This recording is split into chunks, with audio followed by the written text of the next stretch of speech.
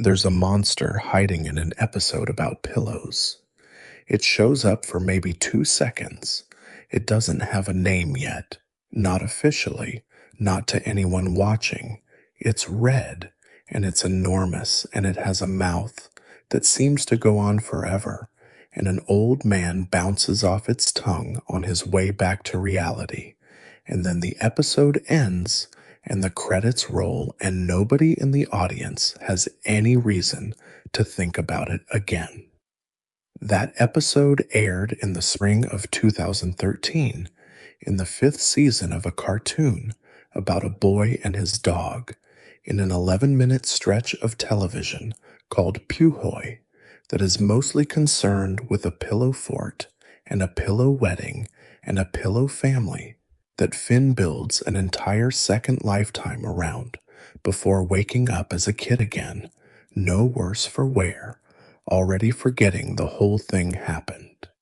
It is, on the surface, one of the softer, stranger, more whimsical detours the show ever took, and it contains, tucked into its final seconds, like a splinter you won't feel, until years later, the exact shape of the thing that will end the entire series.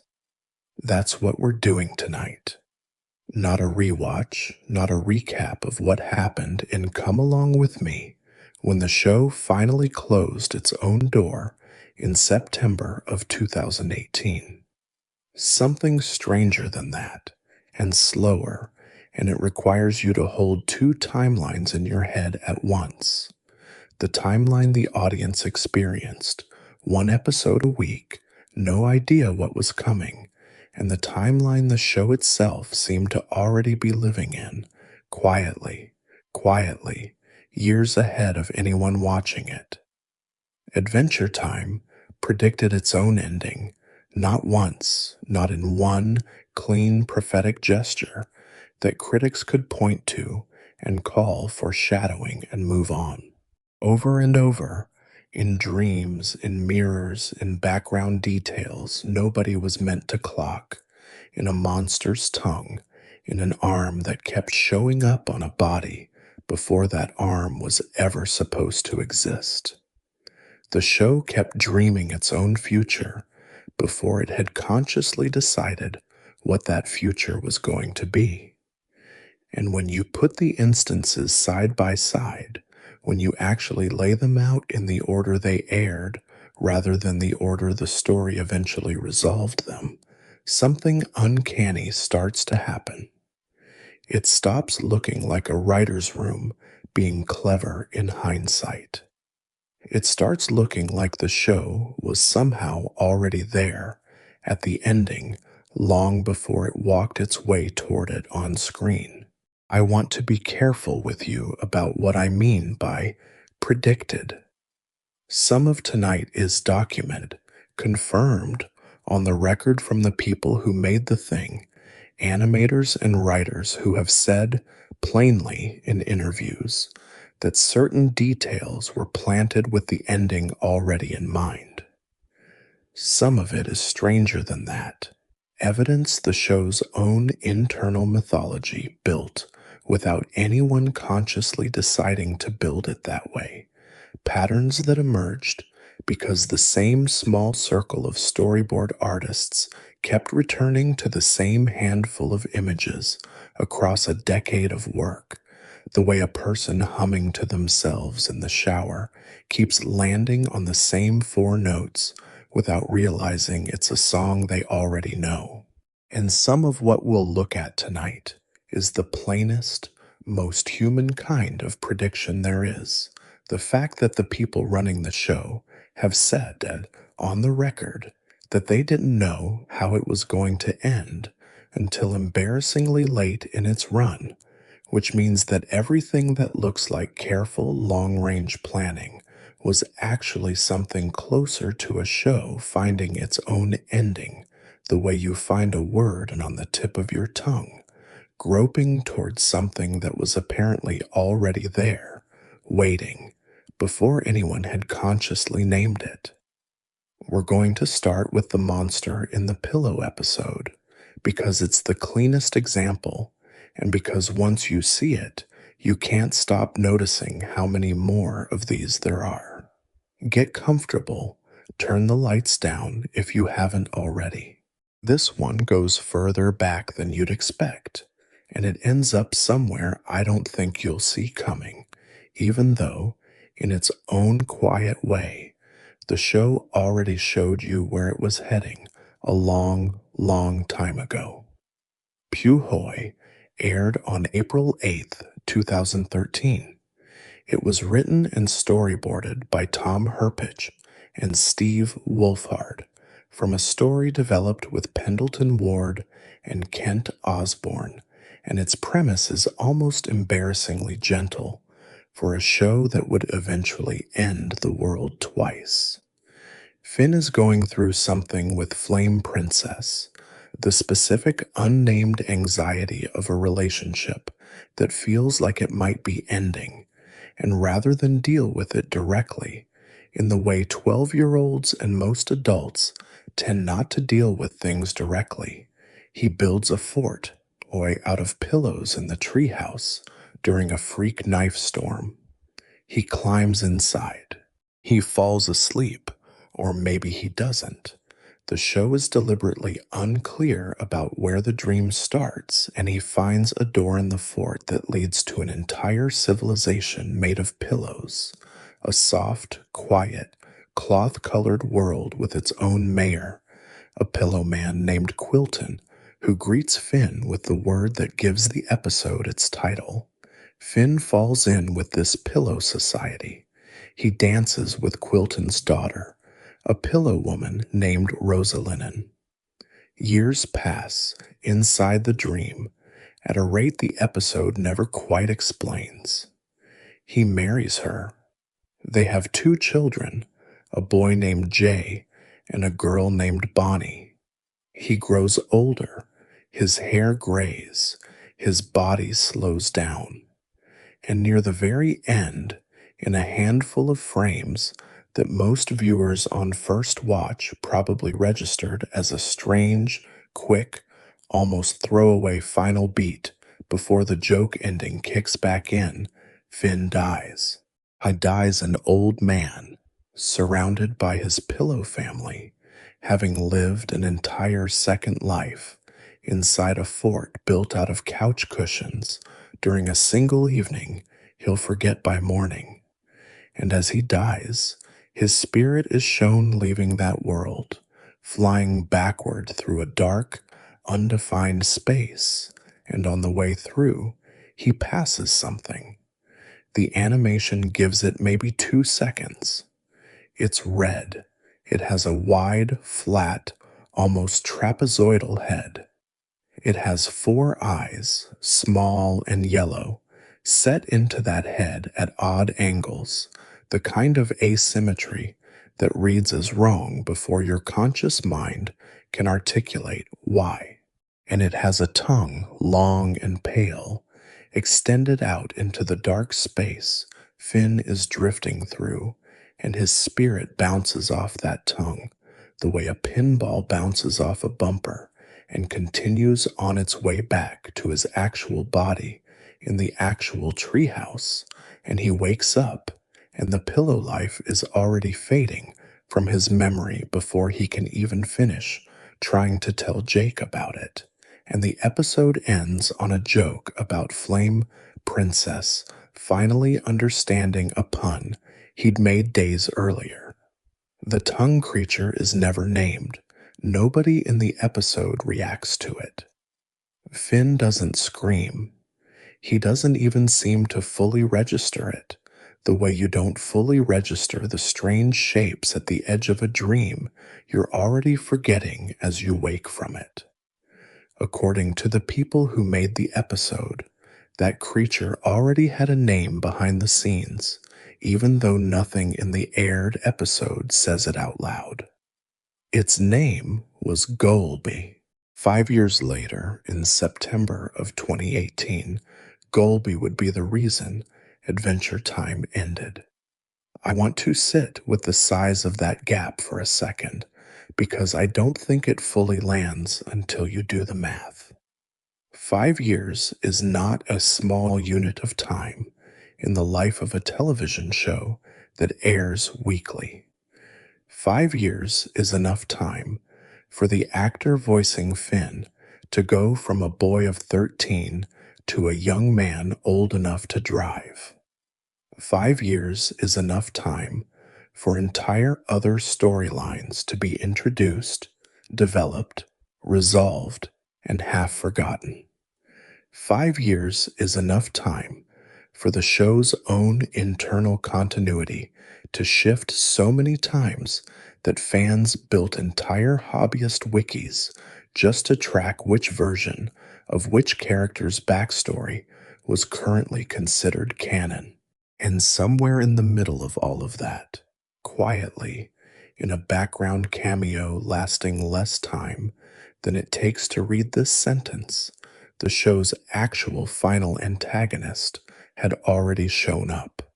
Not as a hint, not as a tease designed to be decoded. As something closer to a fact, the show already knew about itself and simply hadn't gotten around to telling anyone yet. The way you might already know, somewhere under the surface of your thinking, the ending of a story you're in the middle of writing, long before you've consciously worked out how to get there. Gulby does not behave, in that first appearance, like a villain being introduced. Villains being introduced tend to announce themselves, even subtly, a shadow that lingers a beat too long, a piece of ominous scoring, a character reacting with visible fear. None of that happens in Puhoi. The creature is treated by the show's own visual grammar as background noise, texture, the kind of thing you'd only notice on a second or third viewing, or if someone else pointed it out to you first. Which means that whoever storyboarded that shot made a choice that only makes sense in hindsight. They built a piece of visual information into the show's own past that the show itself would not be ready to explain for half a decade, and then they moved on, and the show kept airing weekly episodes about wizards and princesses and battle cries as though nothing had happened, because as far as the plot was concerned, nothing had. There's a version of this that's purely a fun production trivia note, the kind of thing you'd find in a wiki's trivia section and move past without much reflection. And there's a deeper version of it, one I think is worth actually sitting with, which is what it means for a piece of fiction to contain its own future inside itself before the present tense of the story is caught up to it. We tend to think of stories unfolding forward, one beat causing the next, but Puhoi suggests something closer to the way memory sometimes works in a person's actual life, the way you can recognize, looking back at an early photograph or an old conversation, a piece of information that was already true about where things were headed, information that was sitting right there in plain sight the entire time, waiting for you to have enough of the rest of the story to finally read it correctly. Gulb was there in 2013. He just didn't have a story attached to him yet. The show hadn't caught up to itself. Before we go further down, I'd love to know where you're tucked in tonight and what time it is where you are as you're listening. Drop it in the comments if you feel like it. I like knowing how far this reaches, how many different clocks and time zones this show ends up traveling through in a single evening. Now, back down we go. Gulby didn't just appear once and disappear back into the dark for 5 years. That would already be strange enough. A single planted image left to sit untouched until the finale needed it. What actually happened is stranger, because the show kept circling back to him in glimpses, in promotional art, in the margins of episodes that were ostensibly about something else entirely, each time adding a little more weight to a figure that still didn't have a name anyone outside the writer's room could have told you. The next confirmed sighting comes almost 2 years later in an episode called You Forgot Your Floaties, which aired in the middle of the show's seventh season.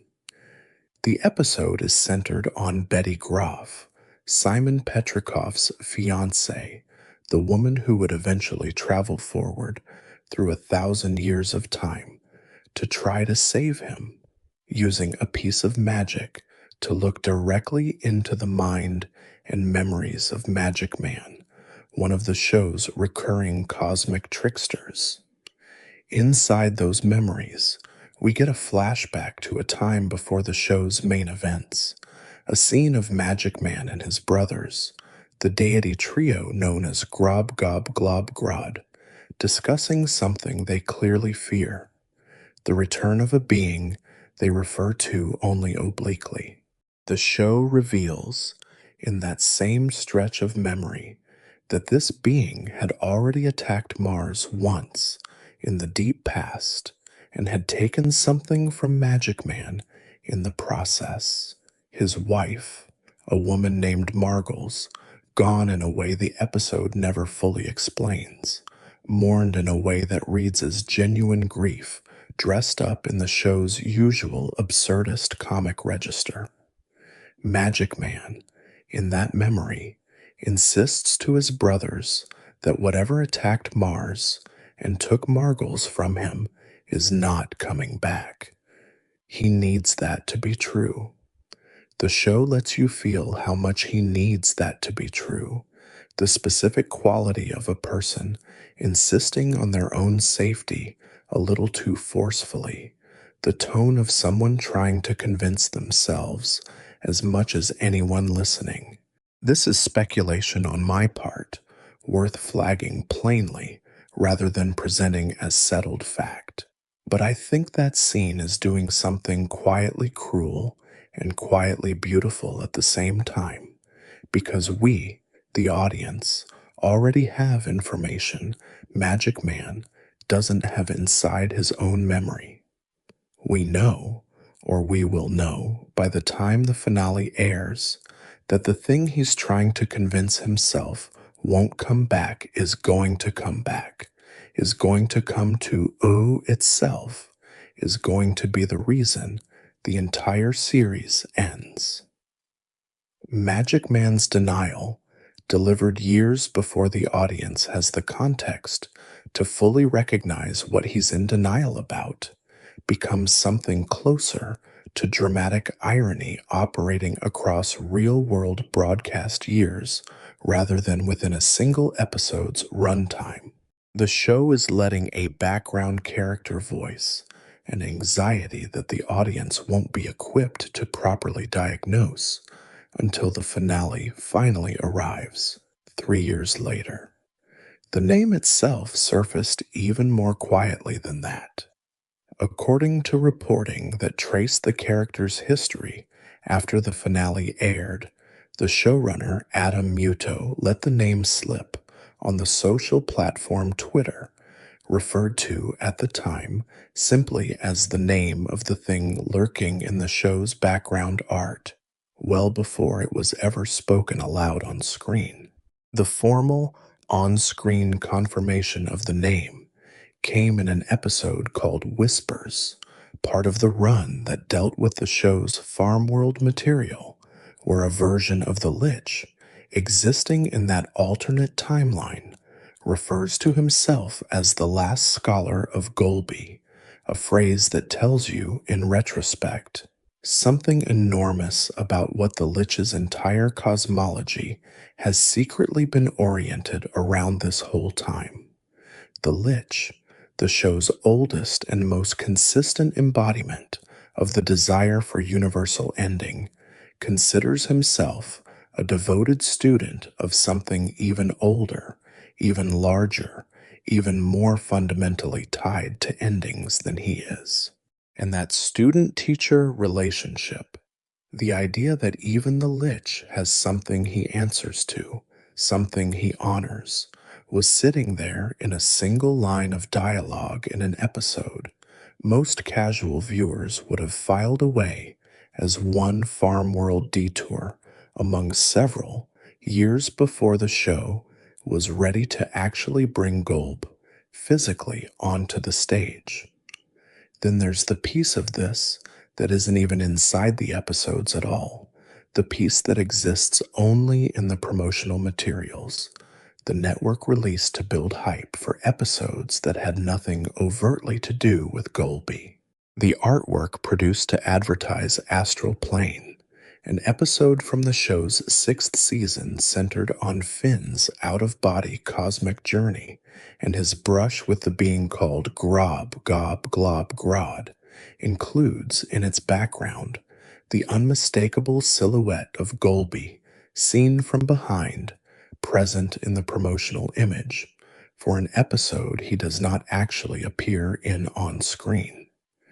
Whoever was producing key art for the show's marketing already had access to this figure, already understood him as part of the show's visual language, long before the plot itself was ready to use him as anything more than atmosphere. It's a small thing, the kind of detail you'd only catch by digging through archived promotional material years after the fact, but it tells you something about how far ahead of its own story the show's visual department was operating. The people drawing the world of Ooh already knew what was coming. The show itself, in terms of plot and dialogue and stated stakes, was still years from admitting it. I keep coming back to a specific, almost uncomfortable question when I sit with all of this. What does it mean for a creative team to know something about their own story's ending before the story itself has caught up to that knowledge? Because that's genuinely what seems to have happened here.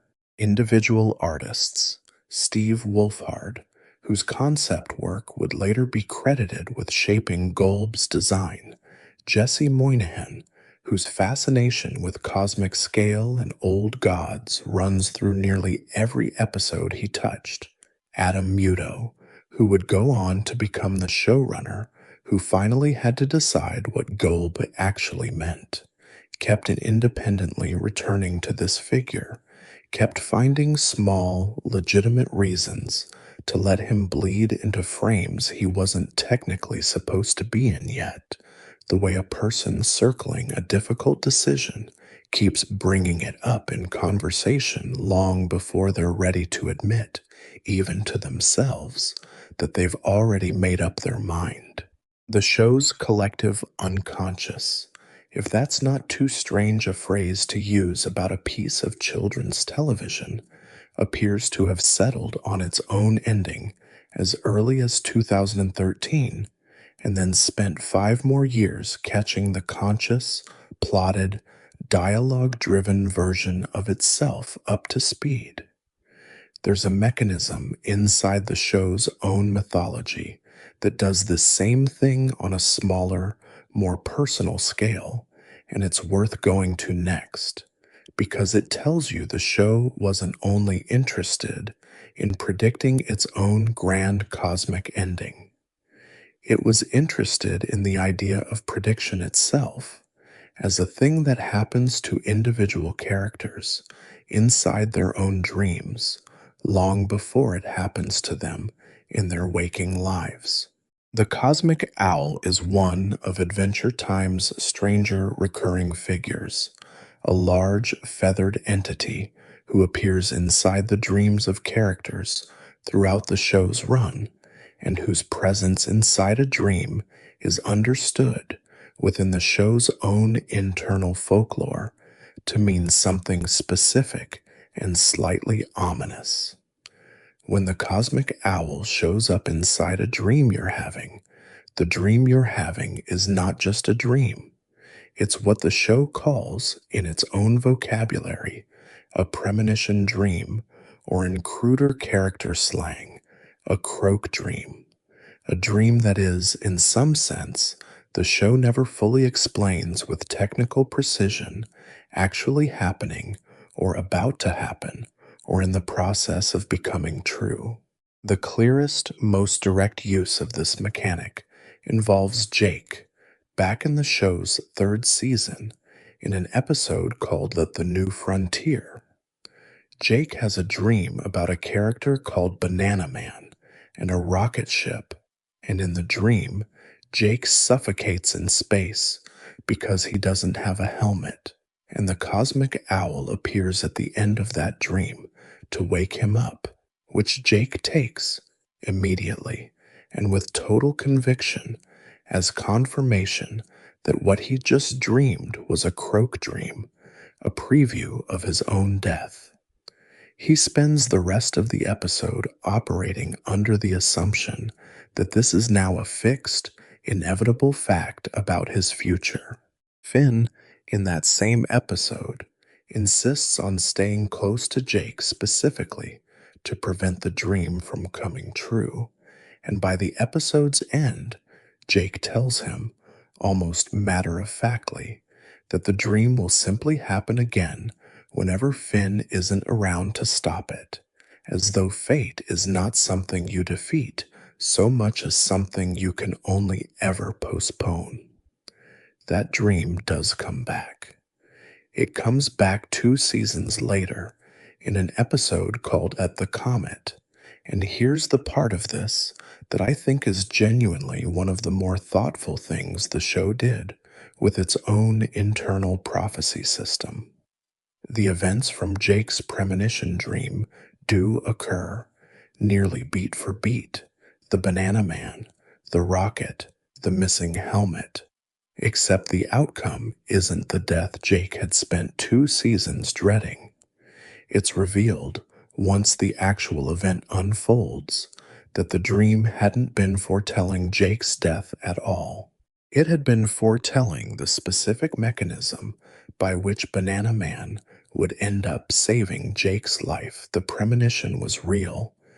The cosmic owl's presence had genuinely marked it as a true glimpse of the future, but Jake had misread what the true glimpse was actually about, had assumed the worst interpretation of an ambiguous piece of information, and spent years of his life half-braced for an ending that the dream had, in its own oblique way, already told him wasn't the one coming.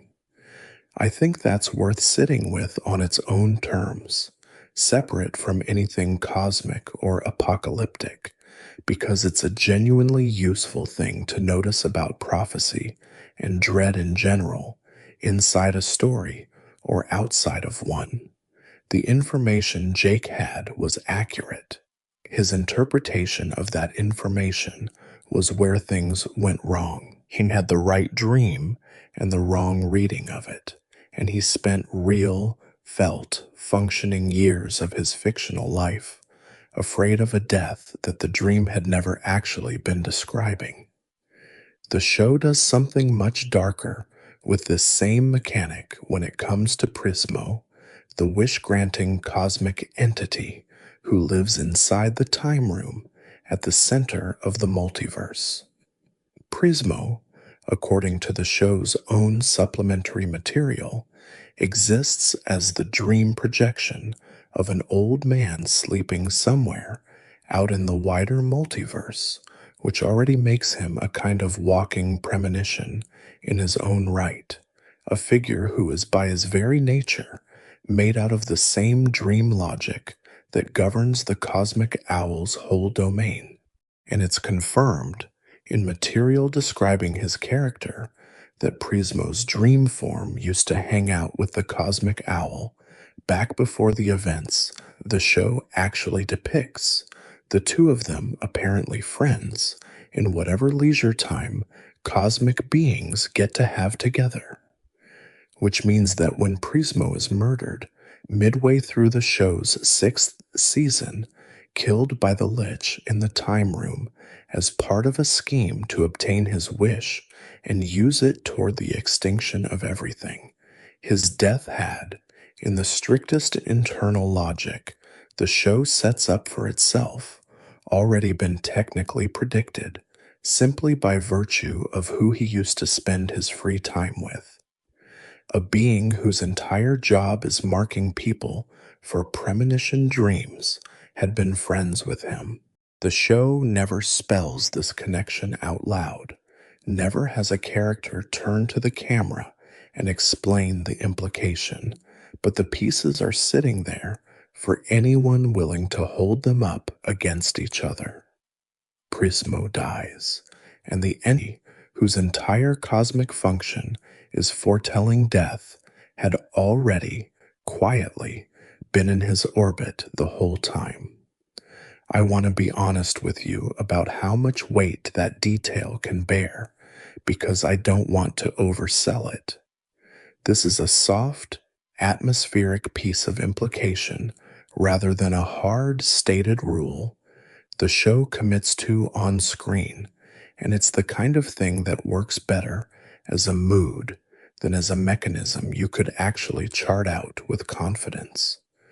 But the softness is sort of the point. Adventure Time was never a show that liked explaining its own cosmology in tidy textbook terms. It preferred leaving things adjacent to each other and trusting you to notice the adjacency the way you notice, without anyone telling you directly that a friend who's been unusually quiet lately might be carrying something they haven't said out loud yet. Prismo's death sits next to the cosmic owl's presence in his life, the same way. Nobody announces the connection. It's just there if you're paying attention, the way the important things in a life often are. And it's worth remembering before we move on that Finn himself has his own brush with a premonition dream back in the 4th season finale, The Lich, where he dreams something that features the cosmic owl directly on a television screen inside the dream itself, marking it, by the show's own internal grammar, as a true glimpse forward. That dream includes an image. The show wouldn't cash in for an entire season. A specific type of dog, later seen wandering a place called Junktown, a detail so small it would be easy to write off as coincidence. If the show didn't have this consistent, established habit of using its own dream sequences as a smuggling route for information about a future its plot hadn't reached yet. Finn's subconscious, in other words, appears to have had access to material his waking, conscious self hadn't lived through months before he lived through it. Which brings us to the strangest, most specific version of this whole pattern, the one involving a mirror, a worm, and a version of Finn that, as far as the show's own timeline was concerned, did not exist yet. In an episode from the show's 4th season called King Worm, Finn is trapped inside a dream, fighting off a nightmare made of his own father's unraveling knitting. And near the end of the episode, once he thinks he's woken up, he catches his reflection in a mirror and sees something that doesn't match him. The face looking back has a pointier nose. The eyes are bigger, set differently, and the arm, the right arm specifically, isn't the one he actually has. It's mechanical, a crude metal limb standing in for flesh, and Finn looks at it for a second, unbothered in the specific way you're unbothered by wrong things inside a dream you haven't fully processed yet, and says simply that he's pretty sure this isn't normal before the scene moves on, and the show never once, in that episode, explains what he just saw.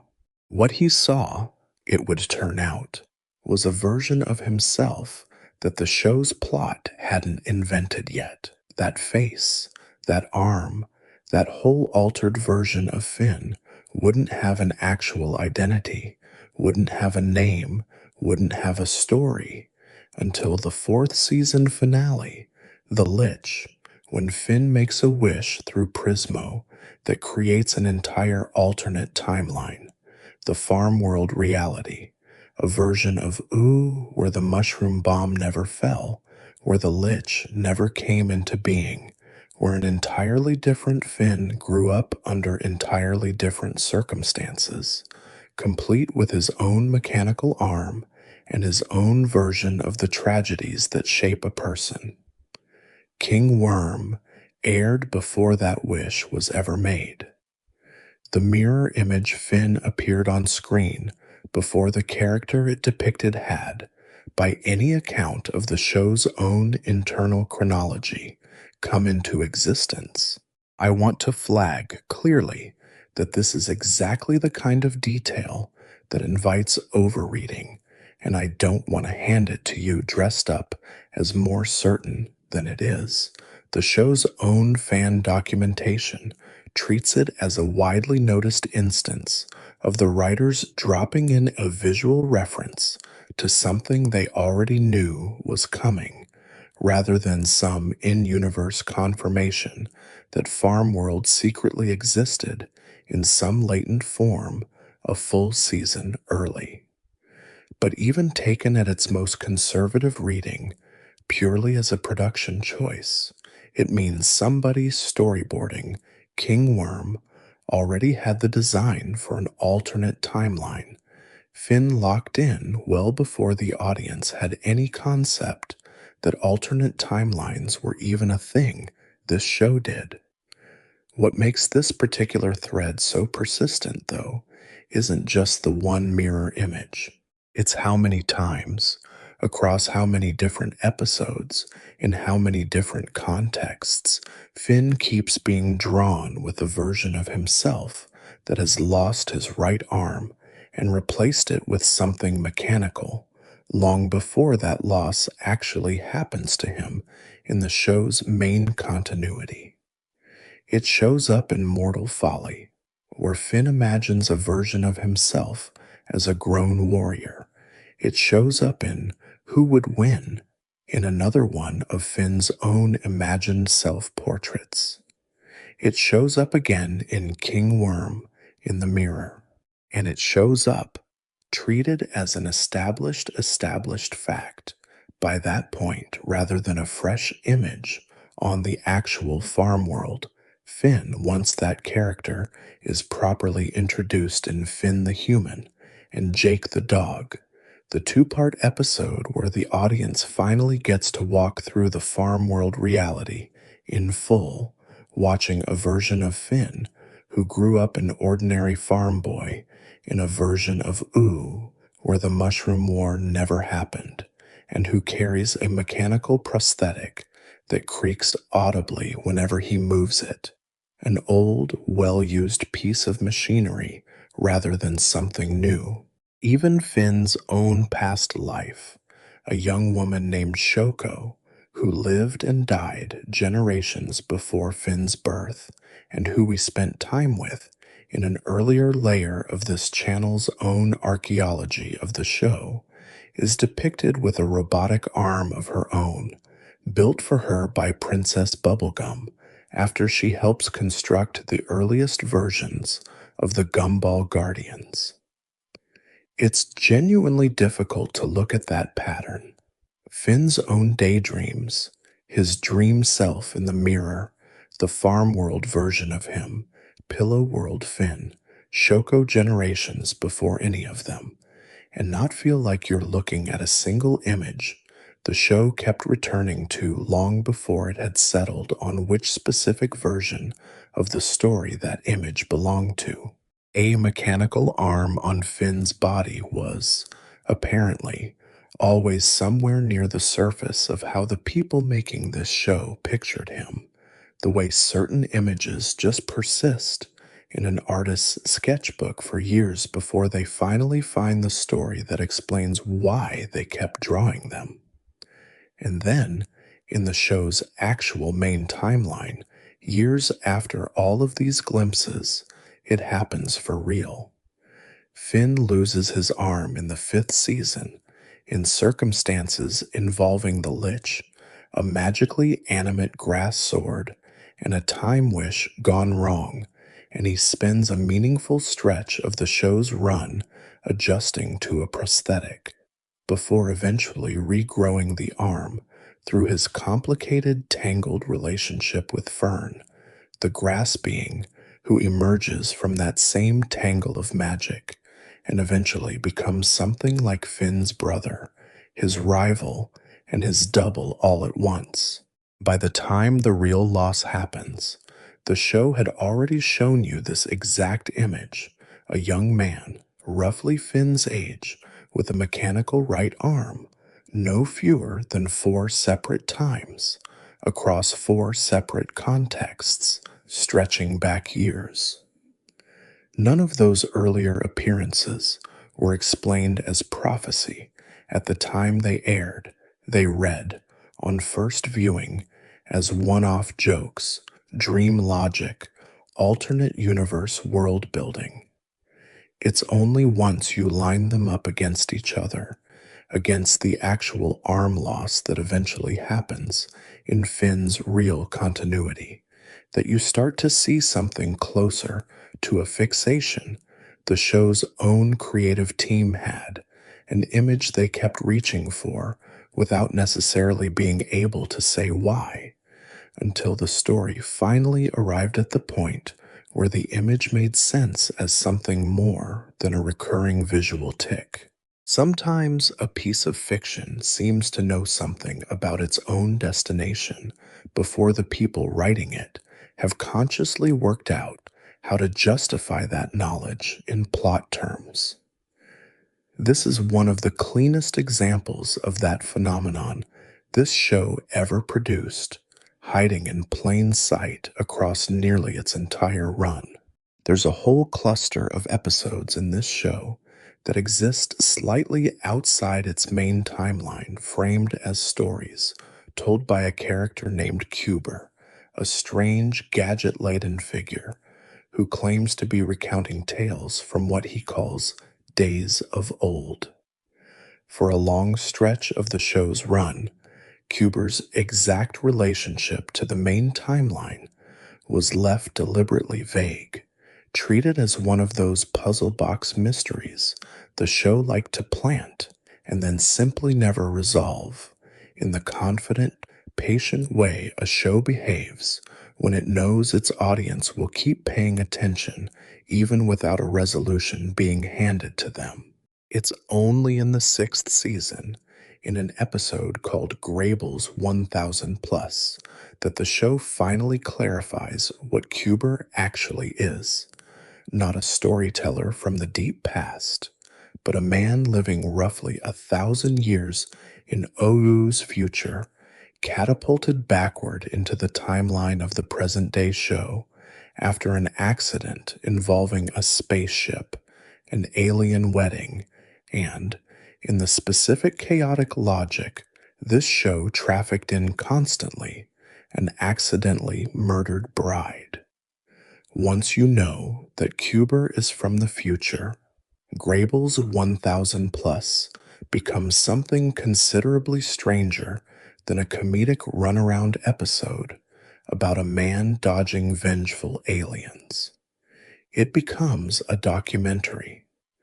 Every background detail Cuber passes through on his run across the post-apocalyptic wasteland he's now stranded in is, in the show's own internal logic, an actual glimpse of what becomes of the land of Ooo roughly a millennium after Finn and Jake's adventures. And the specific images the show chose to put in front of the audience in that one strange, half-comedic episode from 2015 line up with genuinely uncanny precision against images the show would eventually use in its actual series finale, aired 3 years later.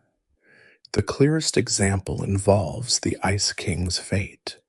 In Grable's 1000 Plus, in one of the episode's final, most visually arresting moments, we glimpse a chilling image of what appears to be a future version of the Ice King, except it's not quite the Ice King anymore. It's a floating white shape, vaguely mustached, more mouth than body, an entity that seems to have lost whatever remained of Simon Petrikov's humanity entirely, dissolved down into something closer to a pure, cackling elemental force. On first broadcast, this read as a bleak, almost throwaway glimpse of a grim future, the kind of unsettling image the show occasionally liked to drop in front of you without further comment, trusting the discomfort to do its own work. Then the actual series finale aired in September of 2018 and gave audiences a very different, far more hopeful outcome for the crown. Gunter, the Ice King's favored penguin, who is himself secretly revealed earlier in the show's run to be an ancient cosmic entity called Orgolorg, ends up with the crown once Simon is finally freed from it. And rather than becoming a monster, the crown reacts to Gunter's own deepest wish, a wish to be kind and loved and gentle, the way the Ice King had always been kind to him, and transforms Gunter into a cheerful, benevolent figure the show calls Ice Thing. And Ice Thing, once you actually look at the design, is unmistakably the same floating, mustached, mouth-heavy silhouette that had appeared, unexplained and unnamed, in Grable's 1000 Plus 3 years earlier. The show had shown you the finale's actual final image of the crown's next wearer years before the finale existed, wrapped inside a comedy episode about a man being chased by wedding guests, and had trusted you to either not notice or to notice and simply sit with the discomfort of not yet having the context to understand what you were looking at. It doesn't stop there. Grable's 1000 Plus also gives you a glimpse of a thriving future city built by dogs, the presumed descendants of Jake and Lady Rainicorn, complete with what looks like technology advanced enough to support a wedding taking place in outer space. When the actual finale aired, its opening sequence, deliberately constructed, according to people who worked on the show, to be dense with information that only made sense to attentive longtime fans, includes another glimpse of that same future dog civilization, complete with a space elevator, complete with recognizable descendants of characters the show had only ever given single scenes to. A character named Gibbon appears in that finale intro, identified by sharp-eyed viewers as Jake's own grandson, a character who had notably already made a brief appearance years earlier in an entirely different episode called Daddy-Daughter Card Wars, where he shows up in a vision experienced by his own future mother, Jake's daughter Charlie, well before the finale gave that vision any larger context. The show kept doing this. It kept handing out puzzle pieces years apart, trusting that the handful of people paying close enough attention would eventually be able to assemble them into a picture long before the show itself was ready to show you the whole picture on purpose. According to people who worked in the writer's room, this wasn't accidental clutter. A significant amount of the material glimpsed in that finale's intro sequence, and in the future-facing Grable's episodes that preceded it, came from one specific writer's sustained, years-long personal investment in a version of 1,000 years removed from the show's main events. Steve Wolfhard, a storyboard artist and writer who worked on the show across much of its run, is credited by the show's own executive producer with having built out an entire private mental model of what he referred to as the OO 1000 world, sketching and pitching pieces of it years before the finale needed any of it. One frequently cited example involves a brief shot tucked into an earlier Grable's episode of Marceline's cave decorated with Christmas lights, its interior deliberately left unseen, a detail Wolfhard is understood by the people who worked alongside him to have already known the full meaning of long before the finale confirmed who was actually living inside that decorated cave in the show's distant future. He'd been quietly building an entire future history of this world for years, largely off screen, pitching fragments of it into episodes that had nothing else to do with each other, the way a person might spend years filling notebooks with sketches of a house they haven't yet found the land to build. I think what's genuinely moving about this, once you sit with it, is how patient it required everyone involved to be. Wolfhard, by all accounts, knew things about where this show's characters ended up that the show itself wouldn't confirm for years. He kept feeding pieces of that knowledge into episodes anyway, small enough that they'd read as color and texture to anyone not specifically looking for them, trusting that the finale would eventually exist, would eventually need this material, would eventually give these small, patient deposits somewhere to finally pay off. That's a specific kind of faith in a story. You're still in the middle of telling, the faith that the ending is already true, somewhere, even before you've written your way to it, and that the smallest, quietest details you plant along the way are worth planting carefully, because someday someone is going to need them to already be there. And now I have to tell you something that complicates almost everything we've just spent the last stretch of this evening building, because it's true, and because I don't think honesty about a thing's actual history should ever be sacrificed for the sake of a cleaner sounding story. Adam Muto, who took over as the show's showrunner partway through its run, and who was the person ultimately responsible for shaping and delivering its actual finale, has said plainly in an interview conducted around the time the finale aired that the ending of Adventure Time did not really begin to take its final shape until the end of the show's 8th season. Not season 1, not season 4, when Golb first slithered his tongue into a Pillow World dream sequence. The end of season 8, which is to say, deep into the back half of the show's run, only a couple of years before the actual finale aired, and only once Cartoon Network had formally told the creative team the show would be coming to a close, did the ending as we actually know it start to become something the writer's room was consciously, deliberately building toward, rather than something looming vaguely somewhere out ahead of them, unconfirmed, undecided, still up for grabs.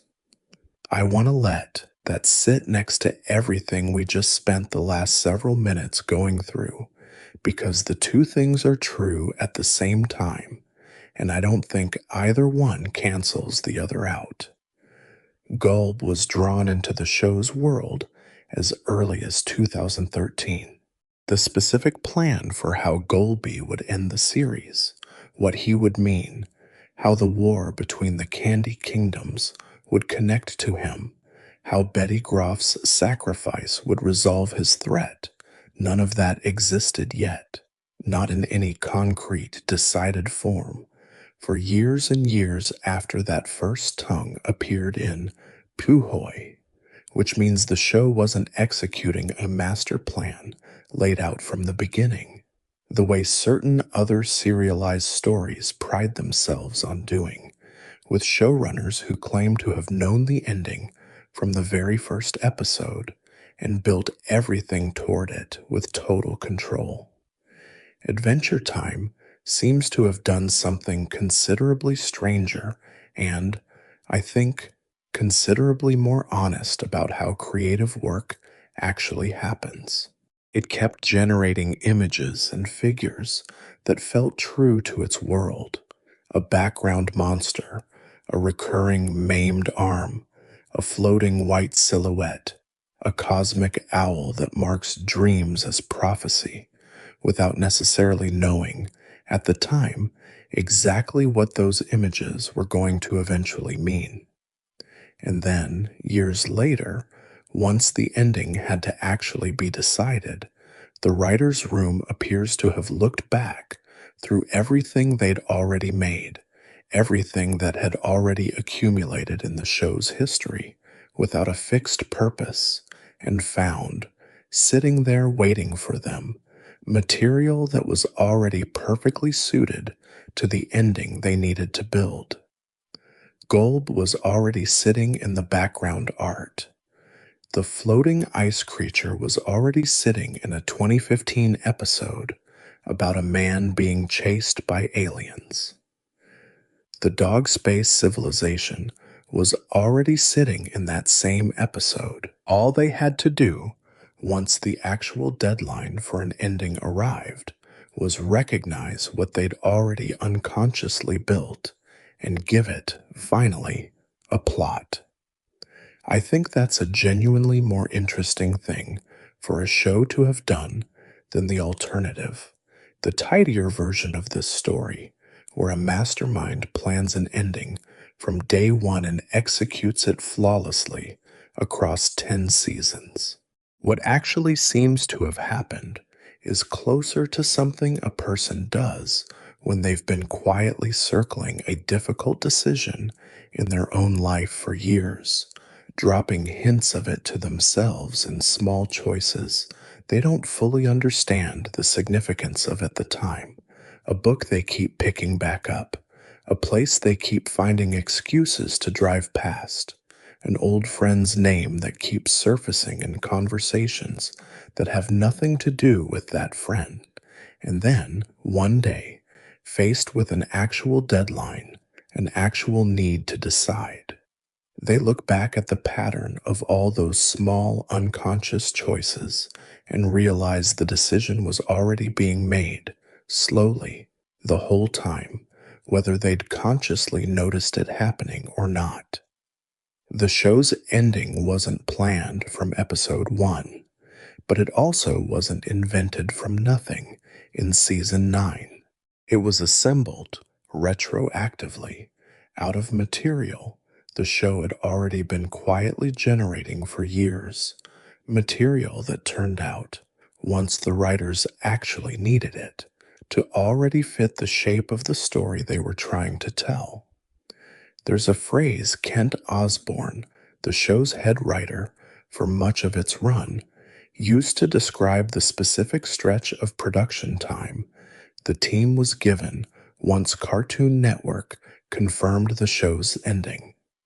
An opportunity, in his words, to spend real, deliberate time thinking through what the finale should be, rather than having to improvise an ending under the same tight weekly production schedule the rest of the show operated under. That's a genuinely rare gift for a long-running animated series to be handed, the chance to actually sit with an ending before committing to it, rather than being forced to wrap things up in whatever time happens to be left once cancellation is announced. And what the writer's room apparently did with that gift, at least based on everything we've walked through tonight, was less about inventing something brand new and more about excavation, going back through nearly a decade of material the show had already produced, material that had been quietly accumulating meaning it didn't yet have a home for, and finding, buried inside all of it, an ending that had, in some sense, already been written, not consciously, not deliberately, but written all the same, the way the things we keep almost saying to ourselves for years are, in some real sense, already decided long before we finally work up the nerve to say them out loud. There's a smaller, quieter, more personal example of this same phenomenon that doesn't involve cosmic entities or apocalyptic wars at all, and I think it might be the most tender instance of the show predicting itself that we'll look at tonight, because it isn't really about plot, it's about a song.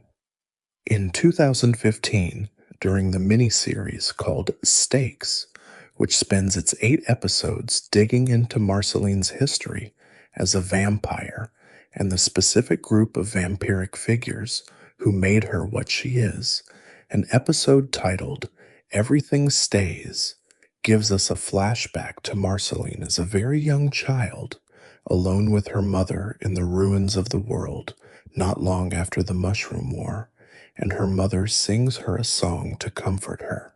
It's a simple, plainly gentle piece of music, written by Rebecca Sugar, who had by that point already left the show to develop her own series, but returned specifically to voice this character and to contribute this one composition. The song is a lullaby about a person going back to a garden and finding something they'd left there, lying face down, discovering, once they pick it up and turn it over, that the underside has faded differently than the top, changed by time in a way the top hadn't been, and the song's central, repeated idea, the phrase its whole structure keeps circling back to, is the notion that things stay where you left them, even as they keep quietly changing underneath, in small ways, constantly, whether or not you're there to watch it happen. It's written, on its surface, as a mother's comfort to a frightened child in the wreckage of a destroyed world, reassurance that even though everything around her has just been unmade, some fundamental continuity still exists. Some version of permanence survives even catastrophic change. But it's also, and I don't think this is overreading so much as simply following the song out to where it was always heading, a description of Marceline's entire subsequent life. She is, by the time we meet her in the show's present day, close to 1,000 years old, having watched nearly everyone and everything she has ever loved fade, shift, age, forget itself, and die, while she herself remains essentially unchanged on the outside, ageless, present, still carrying the same bass guitar, the same red flannel, the same face she wore in the ruins as a child. She is the thing that stays. She is also the person for whom the specific, quiet devastation of everything changes in little ways has played out across 1,000 years rather than a single lifetime, watching Simon Petrikov, specifically, undergo exactly the kind of slow, faded, turned over transformation the song describes. Watching the underside of someone she loved reveal itself to be different from what the top had always looked like. The song reappears once more, later in the show's run, in an episode called The Dark Cloud, and this time it's Marceline herself singing it, alone, without her mother there to sing it to her, which turns what had been a piece of comfort offered to a child into something closer to a piece of comfort a much older person has to learn to offer herself, because there's no longer anyone left from that original scene to offer it to her directly. And I think that's the quiet version of tonight's whole theme playing out in miniature. A song written to soothe a small child in the immediate aftermath of catastrophe, turns out. Once you've lived with the character long enough to know her entire history, to have already been describing the exact shape of the 1,000 years that child was about to live through, the staying, the fading, the constant small changes happening underneath the surface that looks from a distance like it never moved at all. Nobody in the show ever announces that the lullaby was prophetic. It doesn't need to. The show simply lets the lullaby exist early in Marceline's timeline, lets you carry its plain, gentle little melody around in your head for years of watching the character live out exactly what it described, and trusts you to eventually notice, on your own, that you'd been handed the whole shape of her story back when she was still small enough to need someone else to sing it to her. Gulb wasn't even the first time this show hid its own future villain in the visual background of episodes that had nothing else to do with him. It had already done almost exactly this once before, on a much larger scale, with the Lich, and it's worth pausing on that earlier instance because of just how long the show was willing to let it sit there, unexplained, in full view. The Lich, once he's finally introduced by name in the fourth season finale, is established as an ancient force representing the inevitable end of all things, defeated once already by the legendary hero Billy, and sealed inside a lump of amber for safekeeping. But amber, the show makes clear, isn't a permanent solution for something this old, and it's eventually revealed that the Lich, during his long imprisonment, ended up trapped inside the body of an ordinary snail, a small, unremarkable, slow-moving creature that spends the entirety of the show's very first season wandering quietly through the background of nearly every single episode, a recurring visual gag that attentive early viewers noticed and joked about without any idea what they were actually looking at. The snail shows up in scene after scene, season 1, doing nothing in particular, present the way background scenery is present, easy to register, and just as easy to forget. It would be an entire season, and then some, before the show finally told anyone that the snail wasn't decoration at all. It was the single oldest, most dangerous entity in the show's entire mythology, patiently waiting out an amber cracking sentence in the smallest, least threatening body imaginable, present in the background of literally dozens of episodes before the plot ever got around to explaining what viewers had already, unknowingly, been watching the entire time. I think this earlier example actually deepens everything we've said tonight about Gulb, rather than simply repeating it, because it shows you this wasn't a technique the show stumbled into once, with one lucky, unplanned cameo in a pillow episode. It was something closer to a house style, a recurring instinct the writer's room kept returning to across the entire run of the series. Bury your actual antagonist in the visual furniture of episodes that are ostensibly about something else.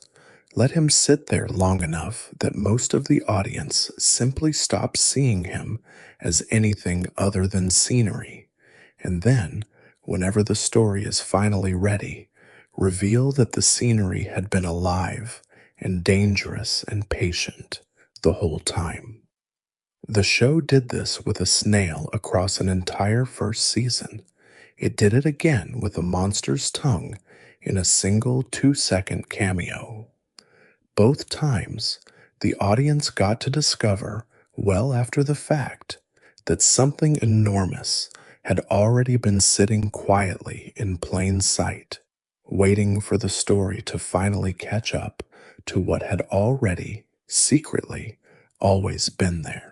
There's another example of the show quietly living inside its own future, years before it was willing to say so plainly, and this one concerns the relationship between Marceline and Princess Bubblegum, which the show treated, for most of its run, with a specific kind of careful, layered restraint that a lot of the audience picked up on immediately, long before any of it was officially confirmed.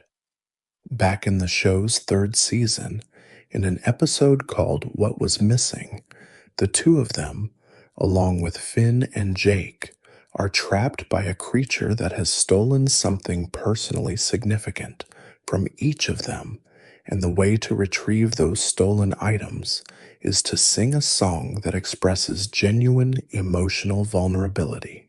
Marceline's song, when she finally sings it, is directed squarely at Bubblegum, and its lyrics describe, plainly enough that it wasn't really coded or hidden, so much as simply not yet officially labeled, the specific ache of loving someone who keeps you at arm's length, the exhaustion of caring about somebody who won't let you all the way in. The show never has a character turn afterward and clarify exactly what kind of relationship that song was describing. It didn't need to. Enough of the audience understood exactly what they'd just watched that the episode became one of the more widely discussed and widely written about installments of the entire series, years before the network's own standards would allow the relationship to be stated outright. That's worth pausing on for a second, because it means the show was, in a real sense, already telling you the truth about these two characters in 2011 in a piece of music sung inside a Monster of the Week plot about stolen personal items, years before broadcast standards and practices would permit the show to simply show two women kissing on screen. The information was there. The emotional truth of the relationship was there, sung out loud, unmistakably, by the character herself. What hadn't caught up yet wasn't the show's own understanding of its characters. It was everything external to the show, the network, the era, the specific television landscape of the early 2010s that hadn't caught up to what the writers already, plainly, knew to be true about Marceline and Bubblegum. It would take years for the external world to catch up to what was missing had already said. The relationship kept developing in careful, deliberate increments across the show's remaining seasons, a slow thaw of a falling out the show never fully explained in its main run, warmth returning in small gestures, an unmistakable tenderness in the way Marceline says Bubblegum's actual first name, Bonnabelle, a name most other characters don't use. And then, in the series finale itself, in the middle of an apocalyptic battle against a chaos god, the show finally gave audiences an unambiguous kiss between the two of them, on screen, plainly, without any of the old hedging. Adam Muto has spoken about that scene as one of the finale's most significant confirmations, a moment years in the making finally allowed to simply exist in the way the writers had always understood it. I think the shape of this particular prediction is different from the others we've walked through tonight, and worth naming as its own category. This wasn't a background monster whose meaning nobody consciously understood yet. This was a truth the writers already fully understood, already fully intended, that they had to keep expressing in code, in subtext, in songs about stolen belongings for years, waiting for the world outside the show to become ready to let them say it directly.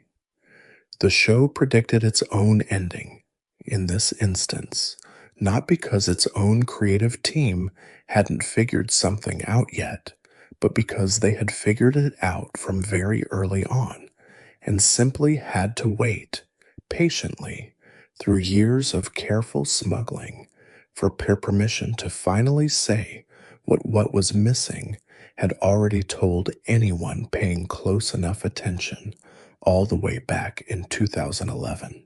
The cosmic owl gets one more moment worth pulling out on its own because it's a smaller scale version of exactly the same trick, aimed this time at Princess Bubblegum rather than at Jake or at Prismo, and it shows you that this particular piece of the show's mythology wasn't a one-time device the writers used and then set aside. It was a tool they kept quietly reaching for across years whenever they wanted to plant a piece of the future without yet committing to telling you what that future actually was. In an episode called Hoots, which gives us our fullest look at how the cosmic owl actually spends his time when he isn't appearing dramatically inside somebody's dream, living alone, apparently, in something like a cosmic motel, killing time with board games between assignments. The show reveals that the owl had, at some point prior to the episode, caused a premonition dream depicting Princess Bubblegum being overthrown, deposed from her own kingdom. That detail is delivered almost as an aside, a piece of the owl's personal history rather than a dramatic plot beat in its own right, mentioned in the same breath as the owl's brief, doomed infatuation with a dream version of Gunter. And it sits there, largely unremarked upon, until the show actually gets around, later in its run, to depicting exactly that, an episode in which the citizens of the Candy Kingdom vote. Bubblegum out of power entirely, install a smooth-talking outsider in her place, and force her into genuine political exile, a storyline the show plays with real weight, rather than treating as a temporary inconvenience to be undone by episode's end. I keep returning to how casually the show hands you these premonitions, how little ceremony it puts around the moment it tells you that something has technically already been foretold. There's no swelling music cue when we learn the owl once caused a dream of Bubblegum's downfall. It's delivered with the same offhand, slightly comic energy as everything else in Hoots, folded into an episode that's much more interested in the owl's own loneliness and his short-lived romance than in building suspense about the Candy Kingdom's political future. And yet, if you go back and rewatch Hoots after you already know how Bubblegum's exile plays out, that throwaway line stops sounding like a throwaway line at all. It starts sounding like the show quietly telling you, years in advance, and without any dramatic emphasis whatsoever, that the version of Bubblegum you'd been watching, brilliant, controlling, endlessly capable, endlessly certain of her own judgment, was eventually going to lose her grip on the one thing she'd built her whole sense of self around. The show told you. It just told you so gently, so far ahead of when it mattered, that there was no reason for you to notice at the time. That's the pattern, again and again, across nearly everything we've walked through tonight. The show rarely, if ever, announces its own predictions as predictions in the moment it makes them. It buries them in throwaway dialogue, in background art, in songs sung to comfort a frightened child, in a 2-second cameo inside a joke about pillows.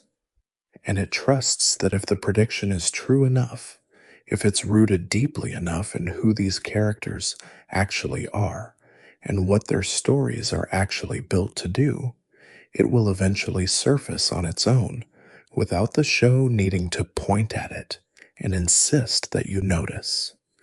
The predictions aren't hidden because the show wants to trick you. They're hidden the way the truest things about a person's future often are, sitting in plain view the whole time, in the songs somebody's mother sang to them, in the small gestures that reveal exactly who they are, waiting patiently for enough time to pass that anyone looking back can finally see the shape of what was always there. I want to step back now from the individual instances, the monster in the pillow episode, the arm, the mirror, the lullaby, the owl, and look at something structural, something built into the very shape of the show, rather than hidden inside any one of its episodes, because I think it might be the deepest version of tonight's whole idea, and it's been sitting at the end of every single episode, every single week, for 10 years, closing the show out in a way most of the audience probably stopped consciously registering after the first season or two.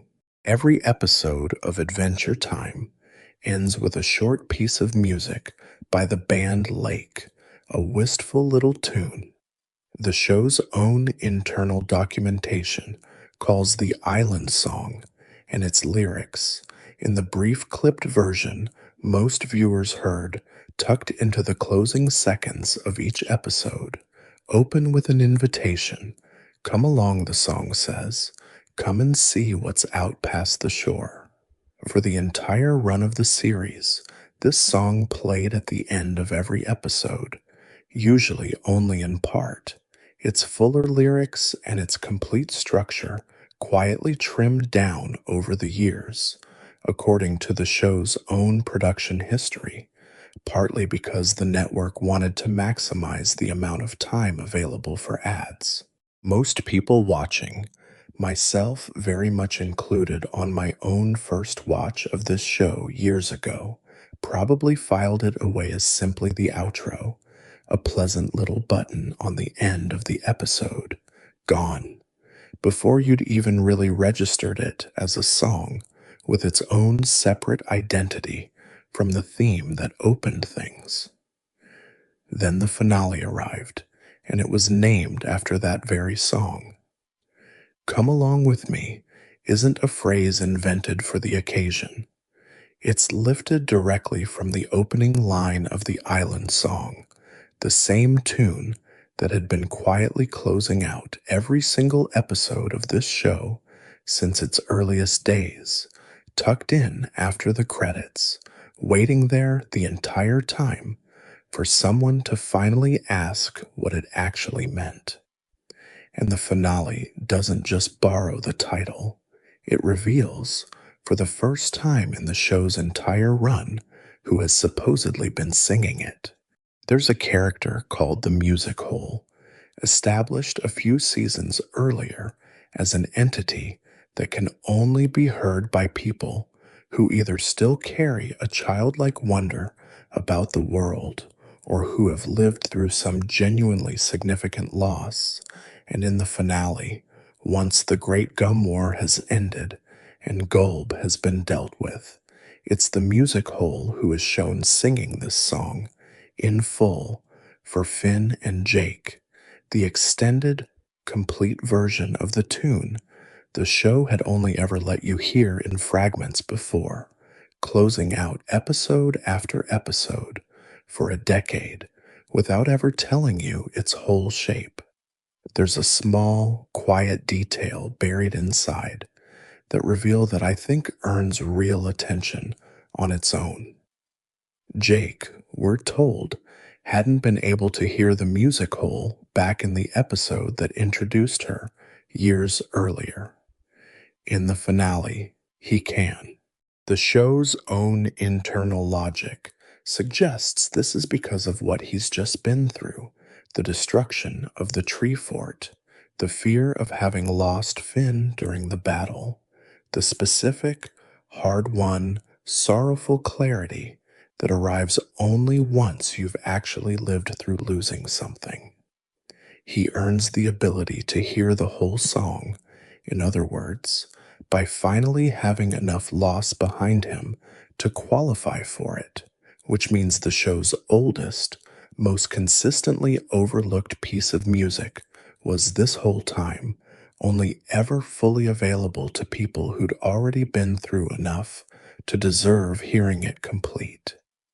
I keep sitting with how quietly that whole design decision works. The show's actual ending theme, the piece of music the entire series would eventually be named after, had been playing, clipped and partial, underneath every single episode's closing seconds for the better part of a decade.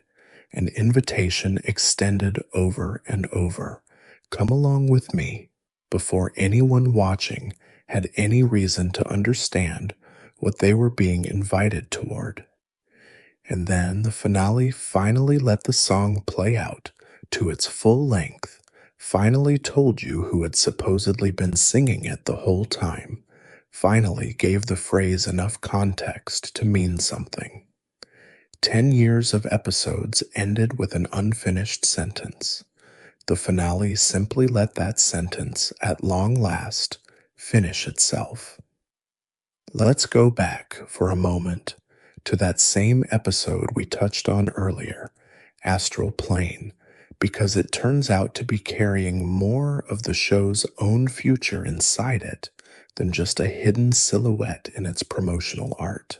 In the episode itself, while Finn's spirit is drifting through the cosmos on its way toward its encounter with the tongue creature and its later collision with Grobgob, Globgrod, there's a quiet, almost meditative beat where Finn, floating loose from his own body, catches sight of a comet, and the show specifically frames it as the same comet that was central to Evergreen.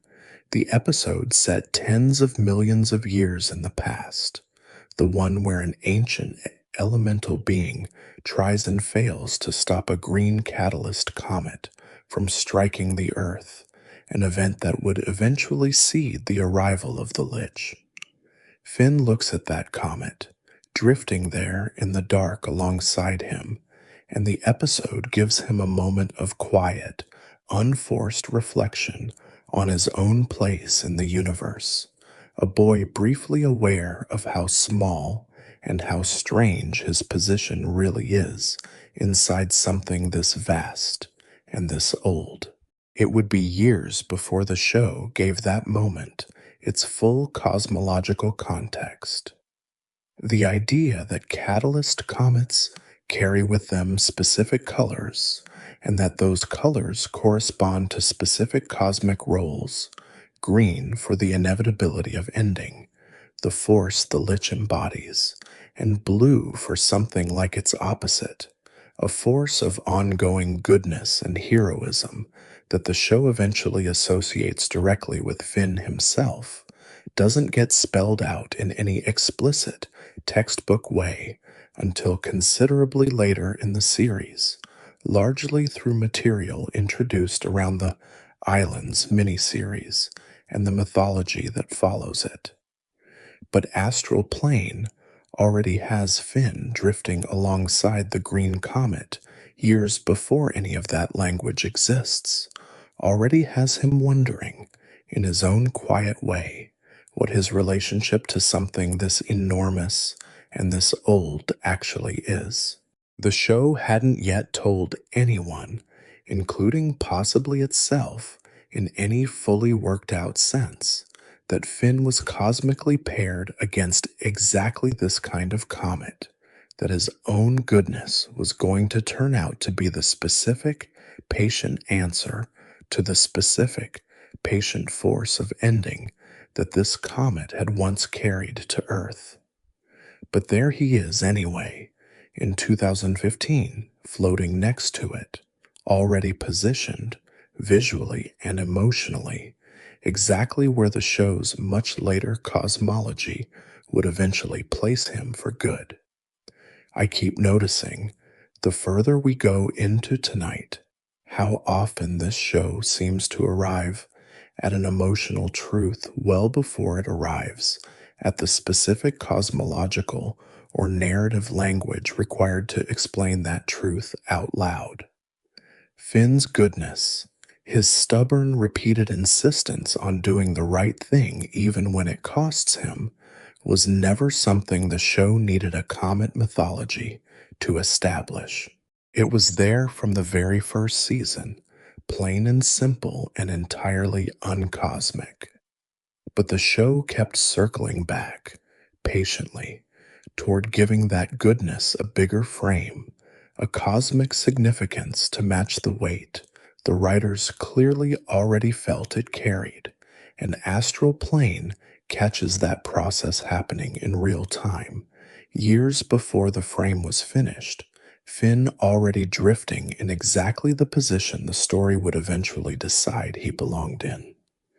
There's one more of these threads worth naming plainly before we move toward the deeper water of what all of this actually means, and I'll keep it brief, because this particular thread, Jake's own mortality, and the specific, quiet way the show eventually confirmed it, has been walked through in more detail elsewhere on this channel, and I don't want to simply retell the same story twice.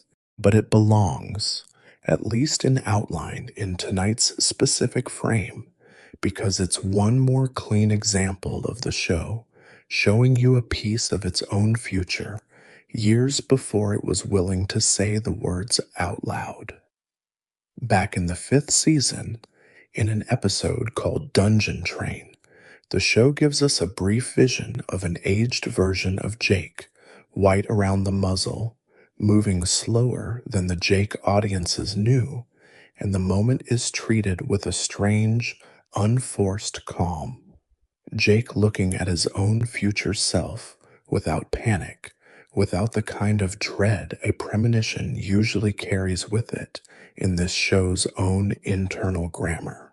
It would be years before the show's expanded material, the Distant Lands specials released after the main series had already ended, confirmed what that calm vision had already been quietly telling you, that Jake does, in fact, die, sometime after the events of the finale, off screen, without ceremony, the confirmation of it arriving not through a dramatic death scene, but through the simple, devastating detail of a tattoo on Finn's chest in the later material, a small permanent image of his best friend, carried the way you carry someone who is no longer there to carry themselves. The show told you this was coming, gently, in a single quiet vision years before the finale, and then confirmed it, just as gently, years after the finale had already closed, the actual event itself never depicted at all, present only in its aftermath, the way the most significant losses in a life are often not the thing you're shown directly, only the shape of what's left once they've already happened. It's worth remembering, briefly, how this whole show actually began, because the pattern we've been tracing tonight, a story arriving at its own truth before its authors had consciously decided to put it there, is, in a strange way, present in Adventure Time's very first steps into existence, long before any of the specific instances we've walked through tonight. Pendleton Ward originally imagined the land of Oo as something considerably simpler than what it eventually became. A fantasy setting in the old, uncomplicated sense, kingdoms and heroes and color, without any of the buried post-apocalyptic history that would come to define the show's entire emotional architecture. That history only entered the picture midway through the first season, arriving almost as an accident. A joke about frozen businessmen thawed out of an iceberg, a detail meant as a quick sight gag that the writer's room found itself unable to simply let go of once it was on screen.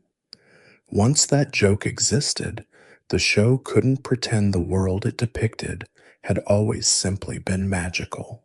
It had clearly, visibly, once been something else, something that had ended badly enough to leave frozen businessmen in its wake, and the show spent the rest of its run building outward and backward from that single unplanned image, discovering, gradually, that the story it actually wanted to tell had already announced itself, uninvited, in a joke nobody had originally intended as anything more than a punchline. I don't want to dwell on this longer than it deserves, because this channel has already spent real time in an earlier piece walking through exactly how that single frozen businessman joke ended up seeding the show's entire mythology of the Mushroom War. But I think it's worth naming here, briefly, as a kind of frame around everything else tonight has covered, because it tells you that this particular show had a strange relationship with its own future from literally its first season onward. It kept discovering, rather than deciding, what it actually was. The post apocalyptic history wasn't planned before the businessmen showed up in that iceberg. Gulb wasn't planned before he showed up as a tongue in a pillow dream.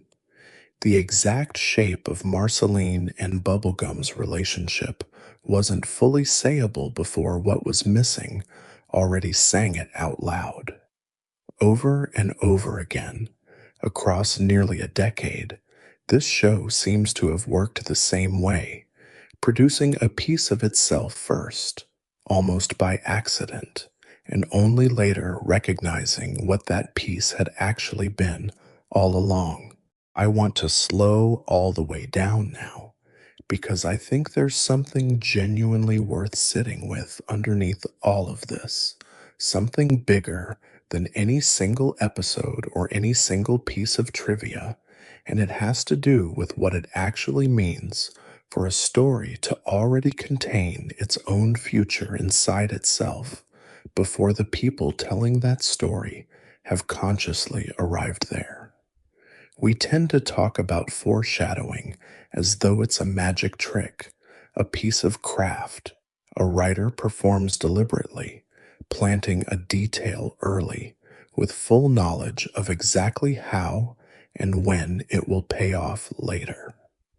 And some of what we've covered tonight really is that, in its plainest form, Steve Wolfhard building an entire private mental model of a future ooh and feeding pieces of it into episodes years ahead of the finale, fully aware of what he was doing and why. But a lot of what we've walked through tonight isn't that at all. Gulb showing up in Puhoy wasn't, as far as anyone involved has said, part of a fully worked out 5-year plan. The recurring image of Finn's mechanical arm wasn't necessarily a deliberate long con either. It reads much more like an image a handful of artists kept independently reaching for, an image that felt true to something about the character before anyone had consciously decided why. Adam Muto himself has said, on the record, that the actual ending didn't take its final shape until near the very end of the show's run, which means that what we've spent tonight calling prediction wasn't, in most of these cases, a magic trick at all. It was something closer to a kind of creative instinct operating ahead of conscious understanding, the writer's room already knowing, in some inarticulate, pre-verbal way, what this story was ultimately going to need, long before anyone in that room could have told you in plain sentences what that need actually was. It's worth being precise about what kind of claim this actually is, because the show predicted its own ending can sound, said plainly like that, like it's asserting some kind of mystical intentionality behind a piece of children's television, as though the show itself were somehow aware of its own future in a way that defies ordinary explanation. I don't think that's quite right, and I don't want to leave you with that impression. What actually seems to have happened is more modest than that, and also, I think, more interesting. A group of specific people working together for the better part of a decade inside one shared imaginative world, kept independently generating material that felt true to that world before they had fully worked out why it felt true. That's not mysticism. That's simply what sustained, collaborative, creative work often looks like from the inside, before enough time has passed for the underlying pattern to become visible to the people who made it. This happens in individual human lives too, and I think that's part of why this particular pattern feels so quietly moving rather than merely clever. Think about how often a person will find themselves circling an idea for years before they're ready to admit it to themselves outright. Taking a job that, in hindsight, was clearly preparing them for a completely different career they hadn't yet consciously chosen. Staying friends, for reasons they couldn't fully explain at the time, with someone who would turn out to matter enormously later. Developing a habit, a hobby, a small private ritual that seems to serve no immediate purpose, until years later it turns out to have been exactly the skill or the comfort or the foundation they needed for something they hadn't yet seen coming. We are not always the authors of our own lives in the tidy, deliberate sense we like to imagine. A great deal of what eventually turns out to matter most gets laid down quietly, almost accidentally, long before we're consciously aware of what we're building. And then later, when we finally need it, we look back and find it already there, waiting, the way the writers of this show apparently found Golb, already sitting in their own background art, waiting for a war to finally arrive that would need him. There's a comfort in that, I think, even though it can also feel a little disorienting to sit with directly. If a story or a life can already contain its own next chapter before the person living it consciously understands what that chapter is going to be, then the anxious, grasping feeling of not knowing what comes next, the feeling of standing at the edge of an unclear future with no sense of where you're actually headed, might not be quite as empty as it feels in the moment. Something in you might already be quietly building the answer, the way this show's own artists apparently kept building an ending they weren't yet consciously trying to build. You don't have to know, in the moment, exactly what a given choice or image or habit is preparing you for. Sometimes you only get to find that out in hindsight, the way Adventure Time's audience only got to find out, 5 years after the fact, what that 2-second tongue creature in a pillow episode had actually been. There's something else worth noticing here, though, something that complicates the whole idea in a way I think actually makes it richer rather than weaker, and it goes back to Jake's croak dream, the one about Banana Man and the rocket ship and the missing helmet. Because the show didn't just use premonition as a device to seed its own future, it also quietly warned you against trusting your own reading of a premonition too literally. Jake had accurate information about his future and still managed to misunderstand what that information actually meant, spending real years of dread braced for the wrong ending. The show seems to have understood something subtle about prophecy that a lot of stories built around fate don't bother to include. That having a true glimpse of what's coming is not the same thing as correctly understanding what that glimpse is showing you. The content of the vision can be entirely accurate, and your interpretation of it can still be entirely wrong. I think that complicates, in a good way, everything we've walked through tonight, because it means we should probably hold our own confidence about all of this a little more loosely than the pattern matching part of our brain wants to. Yes, Gulb showed up years before the finale needed him. Yes, the arm kept appearing on Finn's body before it was ever supposed to be missing. Yes, the lullaby described Marceline's whole life before she'd lived enough of it to know that's what the lullaby was doing.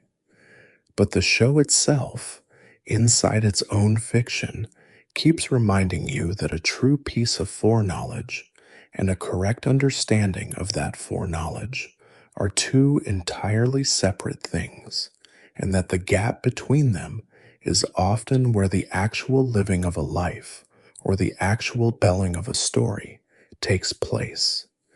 Jake didn't get to skip past his own fear just because the dream turned out, eventually, to be about survival rather than death. He still had to live through years of dreading the wrong ending before the right one arrived to correct him. The show predicted its own future accurately and still made its own characters sit inside the discomfort of not knowing for a long time which future they were actually looking at. That feels true to how most of us actually experience the pieces of our own future that we sense coming before we can name them. You feel something shifting in a relationship long before you can say exactly what it is. You notice a restlessness in yourself, a specific quality of dissatisfaction, long before you've worked out that it's actually pointing you toward a change you haven't consciously let yourself consider yet. The information is often there, sitting quietly at the edge of your attention, true and available, long before your understanding of that information catches up to what it's actually describing.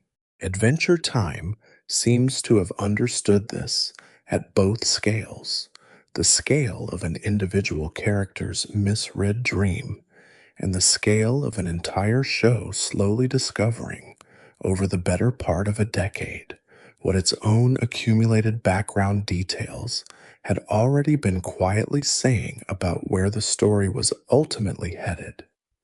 It's worth separating out, plainly, the two different kinds of prediction we've actually been looking at tonight, because I don't think they're the same phenomenon, wearing different costumes, and I think the difference between them tells you something genuinely useful about how creative work of any kind actually gets made. Some of what we've covered was fully deliberate, fully conscious, planted with complete knowledge of its own future payoff.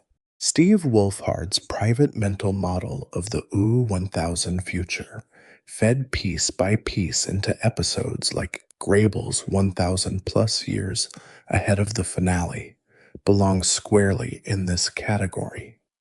The show's careful, patient handling of Marceline and Bubblegum, smuggled through a song about stolen belongings back in 2011 specifically because the writers already knew exactly what they meant and simply had to wait for permission to say it plainly, belongs there too. These are instances of people who already understood something about their story's future, choosing to hide that understanding in plain sight, trusting that the audience, or at least a patient, attentive fraction of the audience, would eventually be equipped to recognize what had already been decided. But then there's the other kind, the kind Golby and the recurring mechanical arm belong to, and I think this second kind is actually the more interesting one, because it doesn't require anyone involved to have consciously known anything in advance. It only requires a group of people working together over a long stretch of time inside a shared imaginative world to keep independently reaching for the same handful of images without fully understanding why those images kept feeling necessary. A monster with a long tongue, glimpsed once and left unnamed. A missing arm, drawn onto Finn's body in dream after alternate timeline, long before the story had a plot reason to actually take it from him.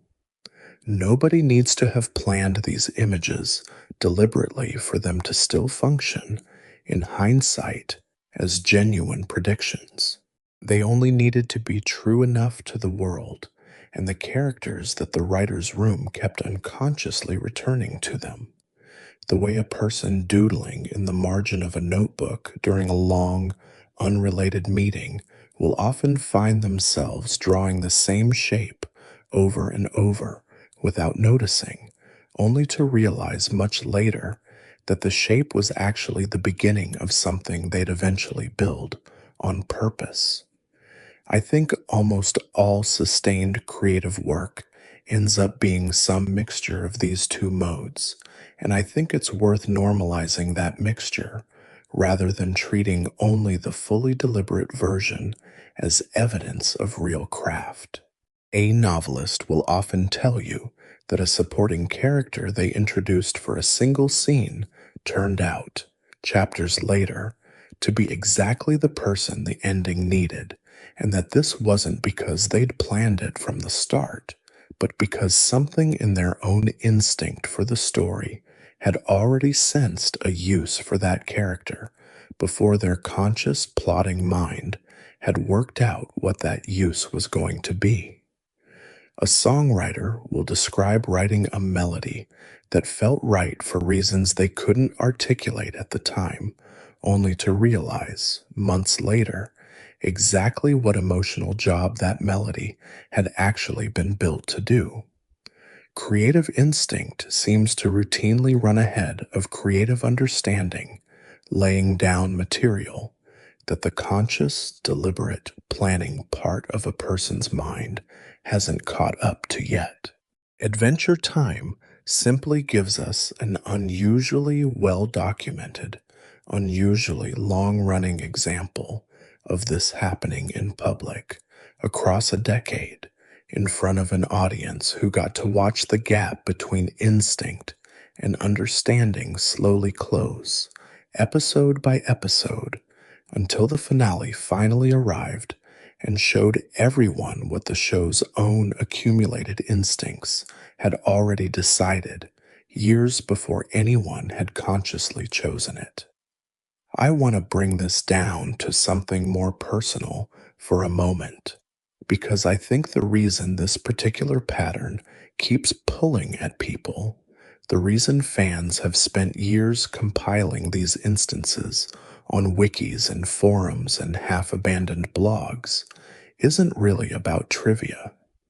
It's because most of us recognize something of our own experience in it, whether or not we'd ever put it in these words ourselves. Think about the last time you looked back at an old photograph of yourself, maybe from a year that felt, at the time, like it was just an ordinary stretch of your life. Nothing special happening, no sense that anything significant was underway. And think about how, looking at that photograph now, with everything you know that you didn't know, Then you can sometimes see something in your own face, or in the specific way you were standing, or in some small detail of the room around you that already seems to be quietly pointing toward everything that hadn't happened yet. Maybe it's a book on the shelf behind you that turned out to matter enormously later. Maybe it's an expression on your face that reads now as the exact look of someone who's already unconsciously decided something they won't consciously admit to themselves for another year. You weren't lying about anything in that photograph. You genuinely didn't know yet what you'd eventually know, and yet some part of you was already there. Some part of you had already arrived at the place you wouldn't consciously reach for a long time still. This is, I think, one of the stranger and more comforting truths about how people actually change, and it maps almost exactly onto everything we've spent tonight tracing through a cartoon about a boy and his dog. You are very rarely the last part of yourself to know something important about your own future. Some quieter, less articulate part of you tends to get there first, noticing, deciding, adjusting, long before the part of you that narrates your life in clean sentences has caught up to what's already been settled. The anxiety of an uncertain future, the specific dread of not knowing what's coming next, often has less to do with a genuine absence of direction than it does with the gap between what some instinctive part of you has already worked out and what your conscious, deliberate mind has been given permission to acknowledge yet. Adventure Time's writers apparently already knew, in some pre-verbal way, that Golby belonged in this world, years before they knew what Gulb was for. You have probably already known things about your own life in exactly that same pre-verbal way, years before you were ready to say them out loud, even to yourself. There's a specific kind of relief available in this if you let yourself sit with it rather than rushing past it. It means the uncertainty you might be feeling right now about whatever it is you're actually facing isn't necessarily evidence that nothing is happening underneath the surface. It might simply mean that the part of you responsible for consciously narrating your own story hasn't caught up yet to something a quieter, older part of you has already begun building. The show's own writers didn't need to have a finished plan for Golby in 2013 for Golb to already be exactly right when the finale finally needed him. You don't need a finished plan for your own life at any given moment for the quieter parts of you to already be doing something patient and correct with the material you're currently living through. Sometimes the most honest thing you can say about where you're headed is that you don't know yet, consciously, in words, and that this not knowing is not the same thing as an absence. It might simply be an ending that hasn't finished arriving at itself yet, the way this show's own ending took the better part of a decade to arrive at itself, in pieces long before anyone involved could have told you, with any real confidence, exactly what those pieces were eventually going to add up to. I think about Simon Petrikov a little differently now, having spent tonight in all of this. He knew, in the years before the Mushroom War actually fell, that something terrible was coming. He says as much in his own tapes, the careful, precise language of a man watching an arms race escalate past the point where anyone usually blinks and steps back. He didn't know, consciously, exactly what shape that catastrophe would take, or what it would eventually cost him personally, decades and then centuries down the line. But some part of him had already begun preparing, recording, documenting, leaving a message behind for a future he couldn't fully picture yet, the way this whole show kept leaving messages behind for its own future without fully picturing at the time exactly what that future would turn out to be. He was already living, in some sense, inside the ending he hadn't consciously arrived at, long before the bombs actually fell. That's not a comfortable image exactly, but it's an honest one, and I think honesty, even the uncomfortable kind, is closer to what this show was always actually offering than the tidier, more reassuring alternative would have been.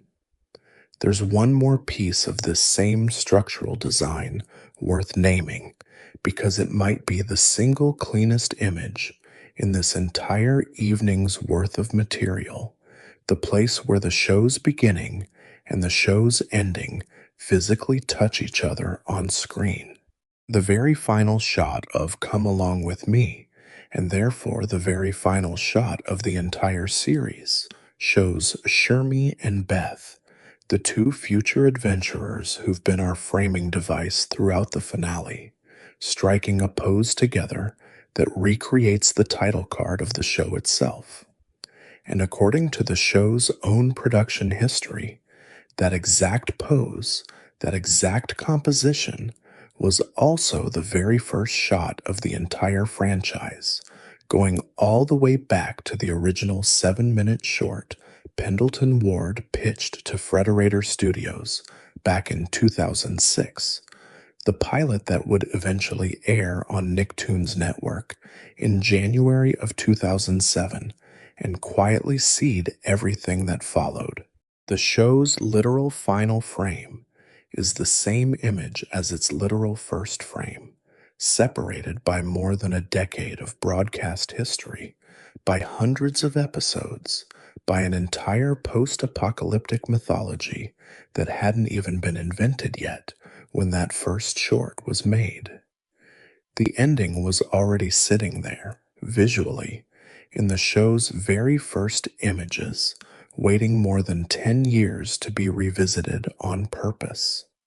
Betty Groff deserves a place in tonight's material too, because her whole arc is, in its own way, a story about someone living inside an ending she'd already decided on long before she had any actual means of reaching it.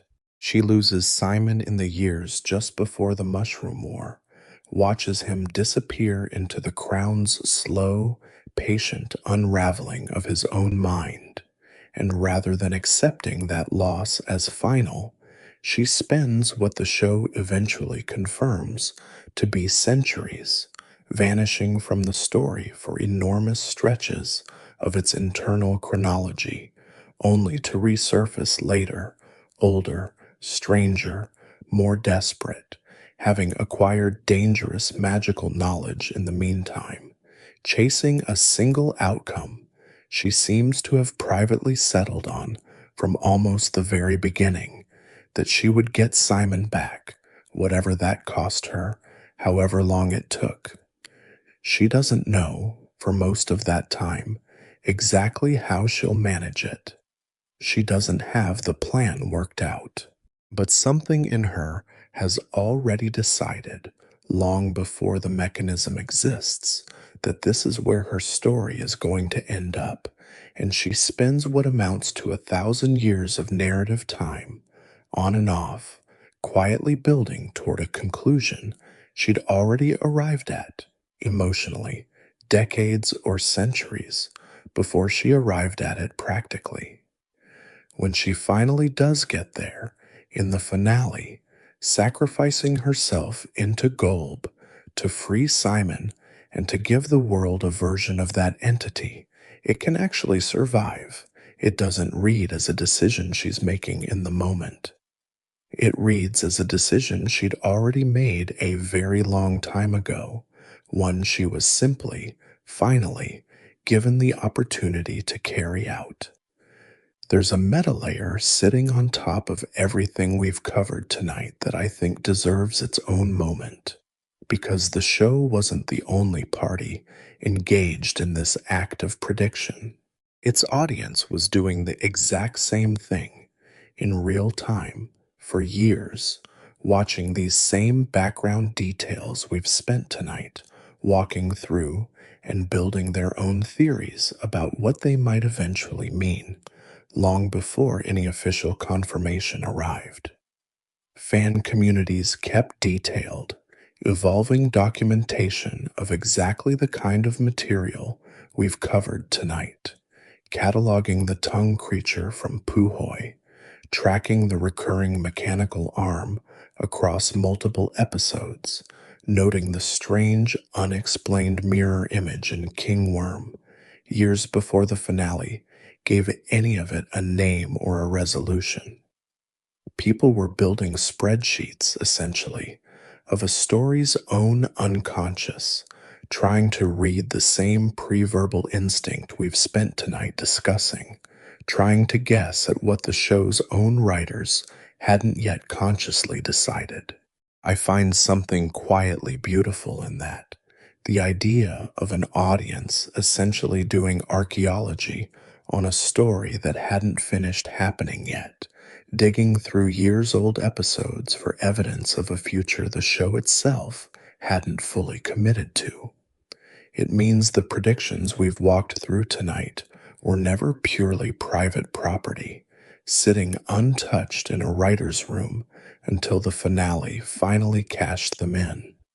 They were being watched and noticed and discussed and argued over the entire time by people who cared enough about this particular fictional world to treat its smallest, most easily overlooked details as though they mattered, as though a 2-second cameo by an unnamed creature in a pillow-themed episode about a boy's anxiety over his girlfriend was worth taking seriously as a genuine clue rather than dismissing as incidental noise. There's something almost tender about that kind of attention when you really sit with it. A room full of strangers, scattered across time zones and continents, spending their own unpaid hours cataloging the smallest visual details of someone else's imagined world, not because anyone asked them to, but because the world itself felt worth that level of care.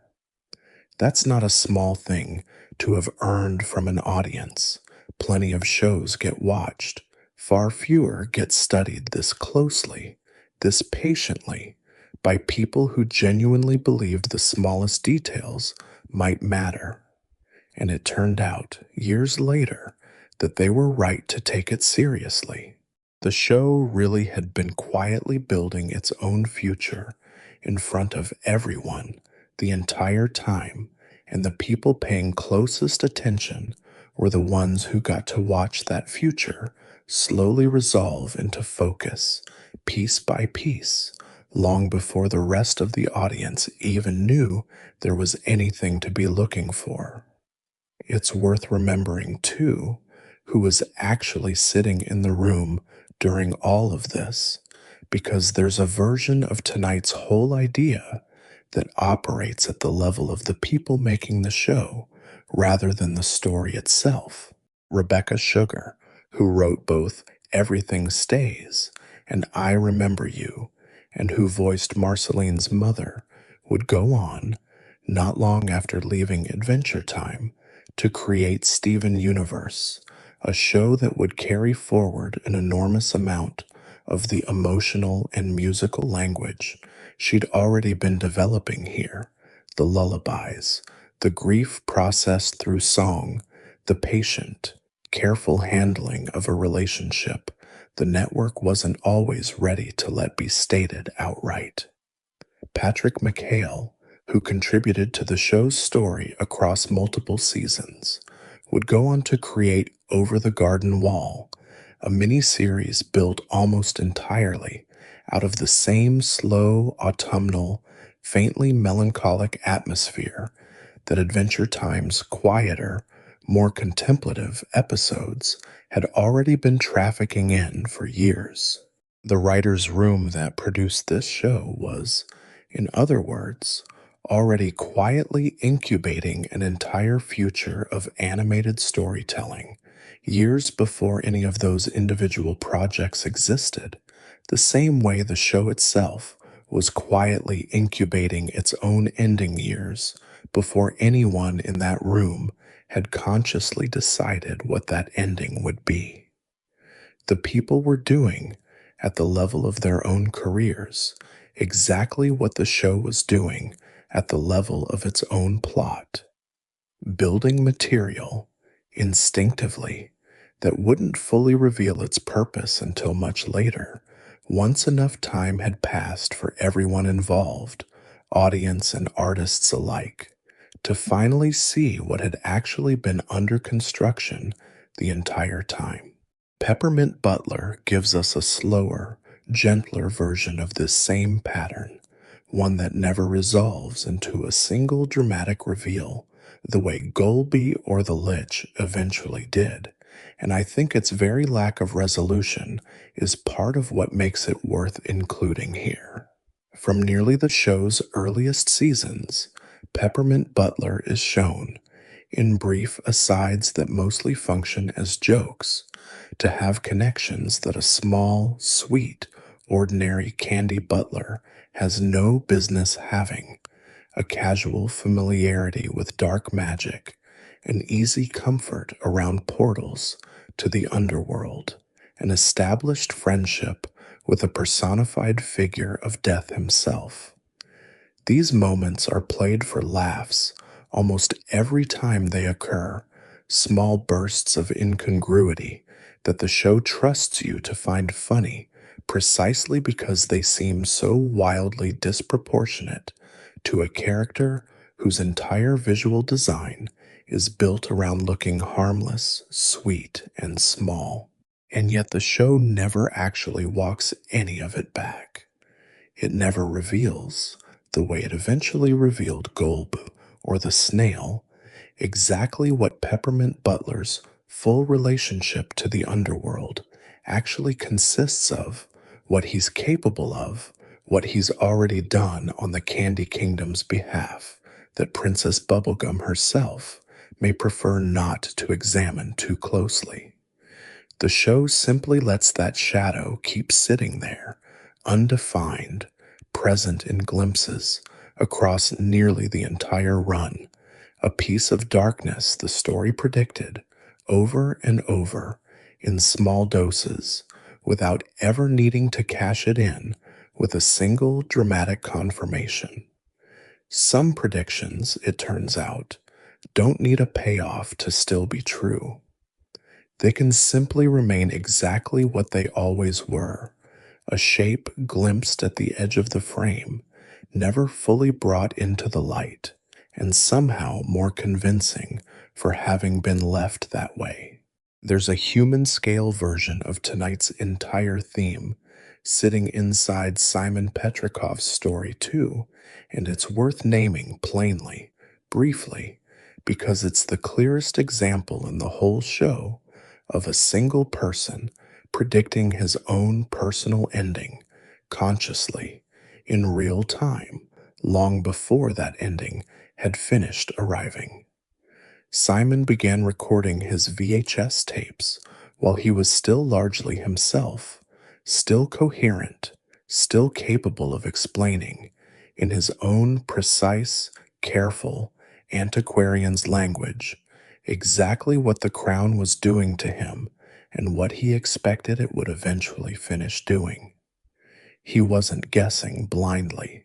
He'd already watched enough of his own transformation happen, felt enough of his own memory and temperament sliding away underneath the crown's influence to know, with real confidence, roughly where this was headed, even though the specific texture of what he'd eventually become, the beard, the kidnapped princesses, the 1,000 years of not remembering Marceline at all, was still ahead of him, still unlived, still theoretical.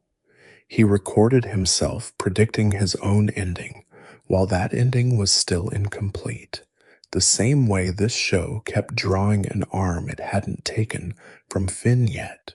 The same way it kept letting a tongue creature sit in the dark years before it understood what that creature was actually for. Simon knew he was disappearing. He documented the disappearance in advance, while there was still enough of him left to do the documenting, leaving behind a message to a future self who wouldn't remember writing it, and to anyone else who might eventually need to understand what had happened to him. It's one more version of the same shape we've traced all night. Something true about the future, sensed and recorded well before it had finished becoming true, left behind patiently for whoever would eventually be equipped to receive it.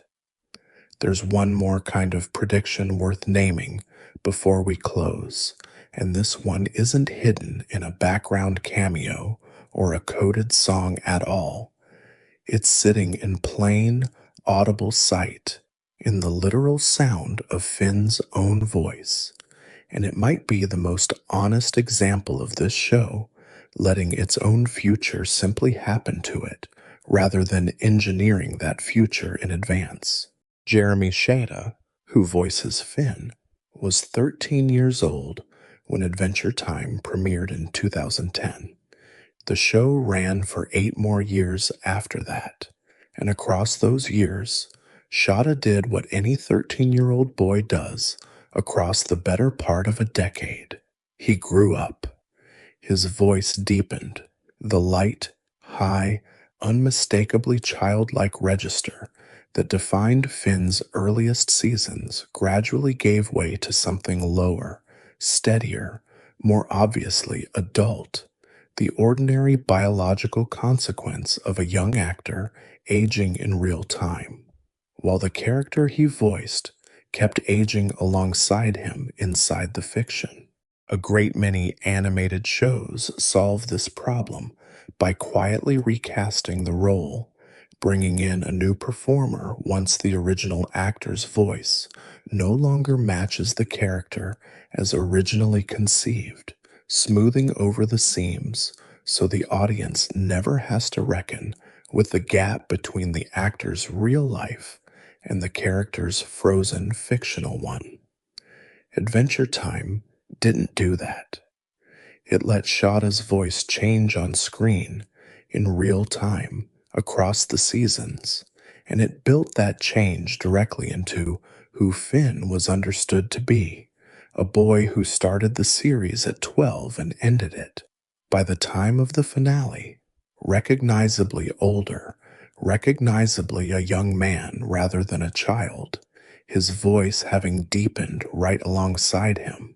This means the show's own aging process, the specific texture of Finn actually growing up rather than staying suspended in an eternal childhood the way most animated protagonists do, was never something the writer's room needed to plan or predict in the ordinary sense. It was simply going to happen, biologically, to the person providing that voice, whether anyone wrote it into the scripts or not. And the choice to let that inevitability shape the character, rather than fighting against it or hiding it, meant that Finn's growing up was in a very real sense predicted from the moment production began, not by a writer's careful long-range plotting, but by the simple, unavoidable fact that a 13-year-old actor was going to turn into an adult over the run of a long-running television show, whether the story wanted him to or not.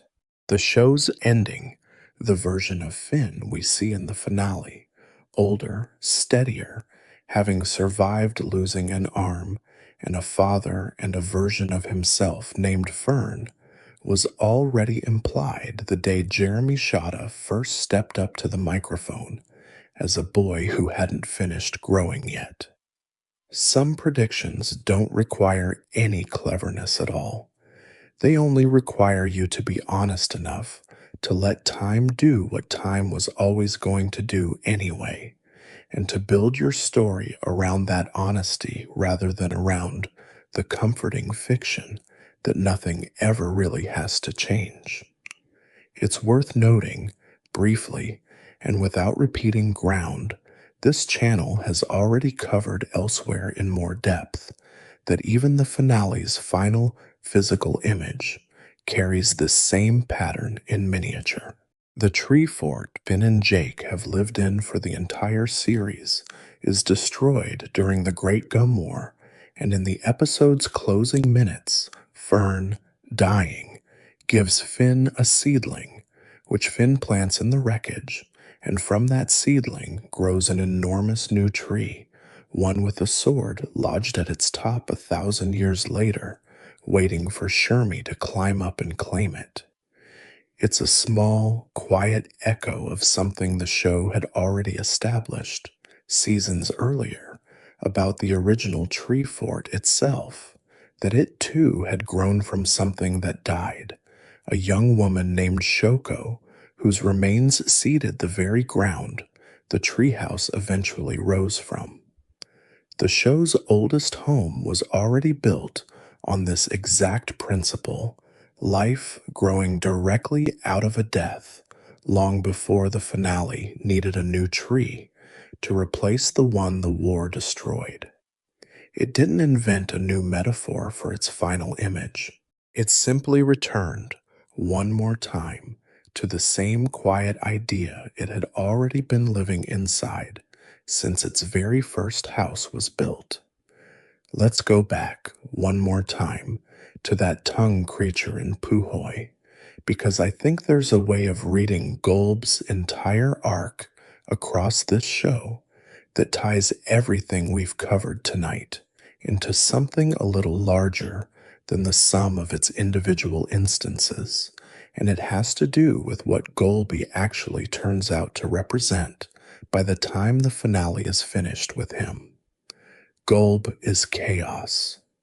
That's the plainest, simplest description the show ever gives him, delivered without much decoration in the material that eventually explains his nature, an embodiment of disorder itself, a force capable of unmaking things and reassembling them into simplified, distorted versions of what they used to be.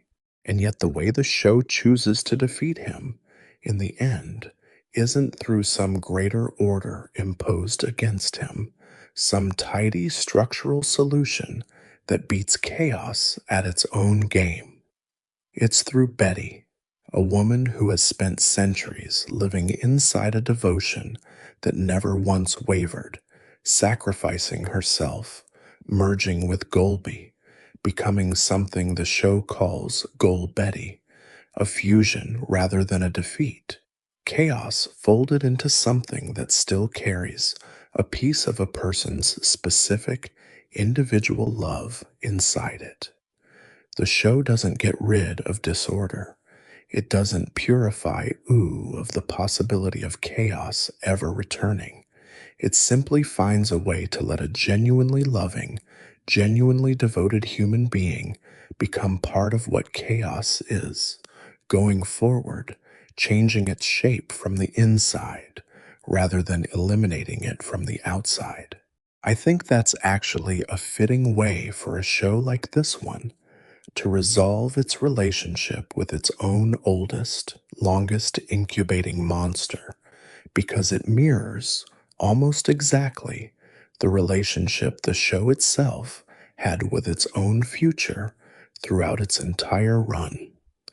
Adventure Time didn't plan its ending in some tidy, disciplined, fully ordered way from episode 1. It generated material instinctively, sometimes chaotically, sometimes without any conscious understanding of what that material was eventually going to mean. The way Golby himself operates without any specific goal beyond the raw, patient unmaking of things. And then bam, Eventually, a group of people who genuinely loved this world and these characters, the way Betty genuinely loved Simon, patiently, across centuries, sat down with everything that chaotic, unplanned process had already produced and found a way to fold it into something coherent. Something that finally meant what it had apparently always been trying to mean. Golby didn't need to be defeated so much as understood, integrated, given a shape a person could love enough to merge with. The show's own ending worked the same way. Years of unplanned, half conscious material didn't need to be discarded once an actual deadline for an ending finally arrived. It needed someone patient enough to sit with all of it, to recognize what had already quietly been decided, and to give it, at long last, a story. There's something in this that feels true, well beyond the specific fictional world we've spent tonight inside of. Most of what eventually becomes meaningful in a life or in a body of creative work doesn't arrive through some perfectly ordered master plan, executed cleanly from a confident, all knowing beginning. It arrives the way Golb arrived, first as chaos, as scattered, unexplained fragments, images returned to without full understanding, instincts followed without complete justification, and only later, sometimes years later, does a person, or a writer's room, or simply time itself, find a way to gather that chaos into something coherent enough to finally call an ending. The tongue creature in the pillow episode didn't know it was going to end the world. It was just there, quietly, patiently, waiting for the rest of the story to catch up to what it had already, somehow, always been. I think if you go back and rewatch this show now, knowing everything we've walked through tonight, it changes the texture of watching it in a way that's hard to fully describe until you've actually felt it happen. Puhoy stops being a strange, sweet detour about a pillow family and becomes something closer to a held breath. 2 seconds of dark tongue and teeth sitting at the edge of an otherwise gentle episode, already carrying the weight of something the show wouldn't ask you to understand for 5 more years.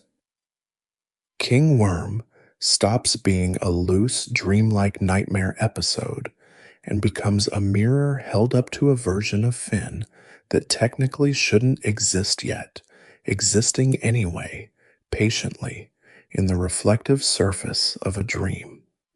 Every episode where Finn imagines himself with a mechanical arm becomes a quiet rehearsal for a loss the show hadn't decided how to deliver yet. Every clipped 30-second fragment of the Island Song at the end of every single episode becomes an invitation extended over and over toward a fuller version of itself that the show wasn't ready to sing until it had earned the right to. None of that changes what actually happens when you watch these episodes for the first time, without any of this context, the way most of the audience experienced them originally, 1 week at a time, no idea what any of it eventually meant. That's not a lesser way of watching the show. It might, in some ways, be the truer one, living inside the same uncertainty the show's own writers were living inside, not knowing yet, consciously, what any of this was actually building toward, trusting instead that something worthwhile was probably underway even without proof of it yet. But there's a specific, quiet privilege available to watching it again, now, with the ending already known. The way there's a specific privilege in looking back at your own life. Once enough time has passed to finally see the shape of what you were living through while you were living through it, you get to notice the tongue creature. You get to notice the arm. You get to hear the whole island song rather than just its clipped opening bars. You get to feel, retroactively, how much was already there the entire time, waiting patiently for you to have enough of the rest of the story to finally understand what you'd already been shown. I think that's ultimately what tonight has actually been about. More than any single piece of trivia, more than any one clever detail plucked out of a decade-old episode and held up for admiration. It's about the fact that endings, real ones, the kind that actually mean something once you finally arrive at them, are very rarely invented out of nothing in the final stretch of a story. They're discovered slowly out of material that was already quietly accumulating long before anyone involved was ready to call it an ending. Adventure Time didn't know, in 2013, that a 2-second tongue creature was going to close out its entire series 5 years later. It didn't know, in King Worm, that the mirror image it was showing you belonged to a story it hadn't invented yet. It didn't know, in a 2011 song about stolen belongings, that it was already telling the full truth about two characters the network wouldn't let it confirm outright for another 7 years. It simply kept mang things, instinctively, patiently, generously, trusting that whatever it was building toward would eventually make itself known. And it did. That's not a bad way to think about your own life either, if you're willing to let a cartoon about a boy and his dog teach you something honest about how endings actually arrive. You don't have to know, right now, exactly what all the small, unexplained, half understood pieces of your own story are eventually going to add up to. Some of them might be exactly as important as Golb's tongue turned out to be. Some of them might simply be pillow-shaped comfort, nothing more. Exactly what they appear to be on the surface, no deeper prophecy required. You mostly can't tell the difference yet, in the moment, and that's fine. You're not supposed to be able to. The show itself couldn't tell the difference either, for years, and it still ended up somewhere true, somewhere that felt, once it finally arrived, like the only place the whole story could have actually been heading all along. The land of Ooh grew over the worst thing that ever happened to it and became something worth living inside anyway. This show grew, slowly and half-consciously, into its own ending, planting pieces of a future it didn't yet fully understand across nearly a decade of episodes, trusting that patience and instinct would eventually be enough to find the shape hiding underneath all that accumulated material.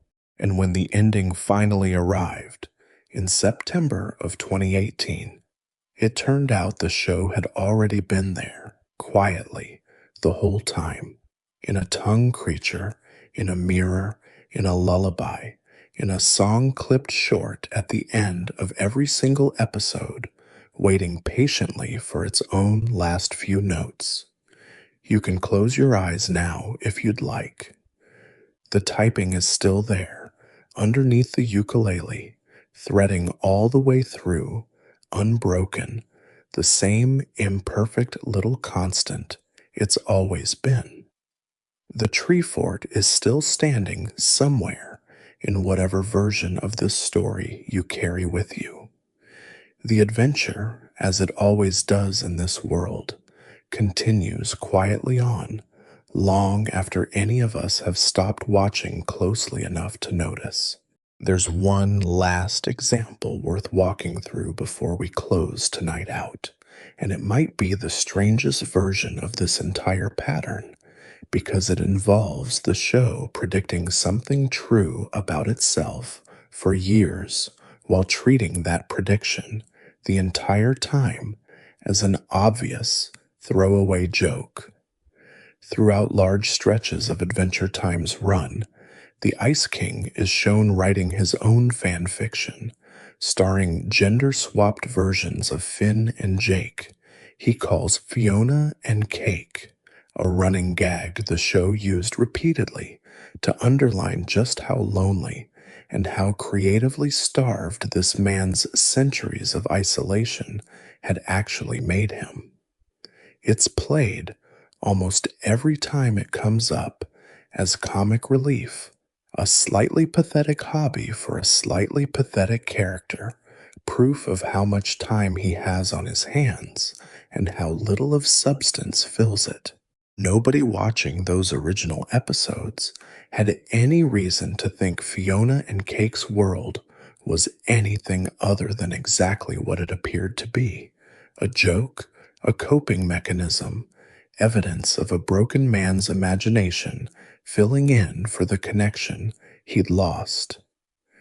Years after the main series ended, the spin-off Adventure Time, Fiona and Cake revealed that this ridiculous comic device had never been fiction at all.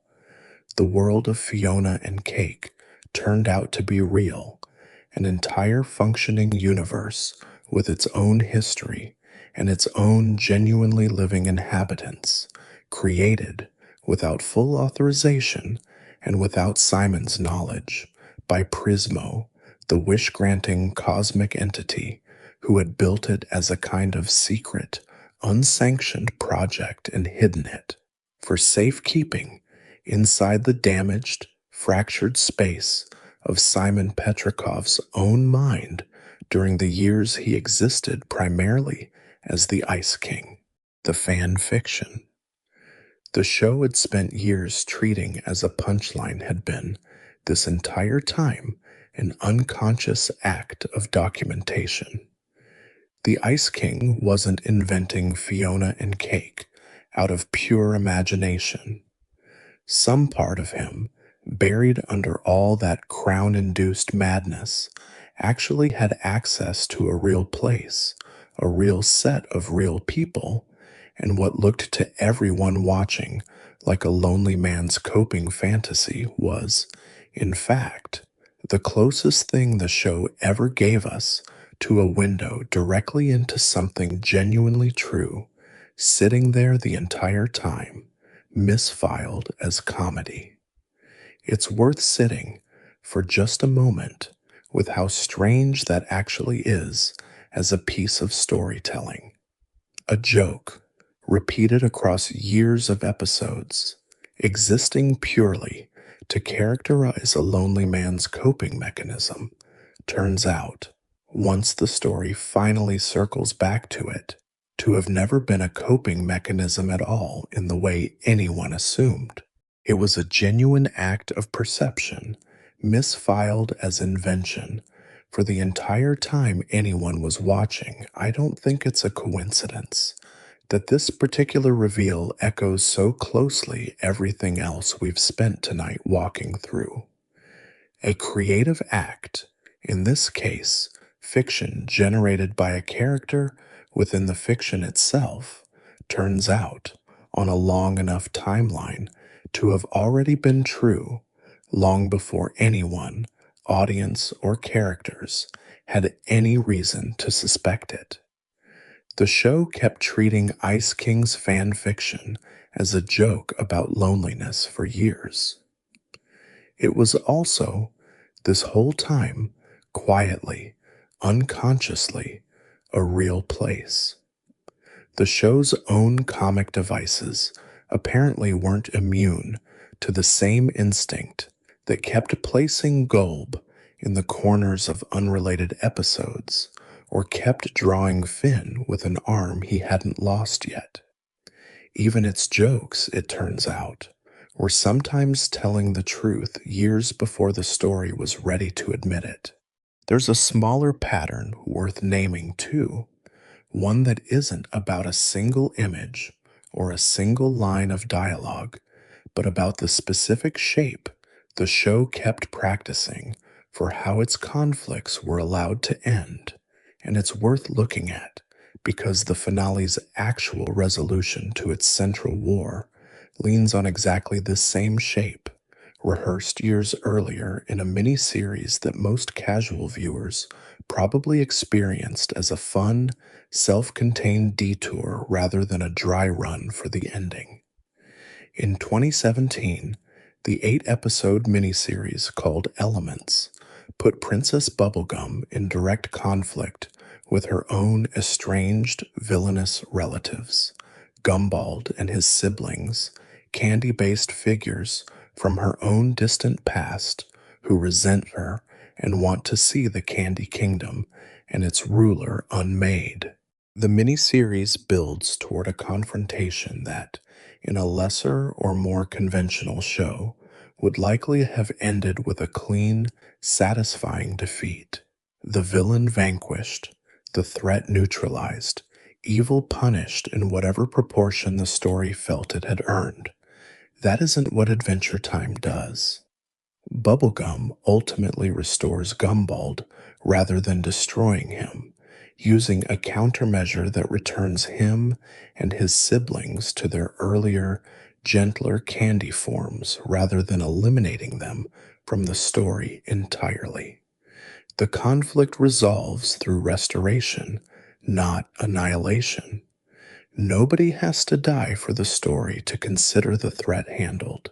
A year later, when the finale finally arrives at the Great Gum War, the climactic conflict the show had spent its final stretch building toward, once again involving Gumball, once again threatening to end in violence between Bubblegum's kingdom and the army raised against her, the show reaches for exactly the same shape of resolution.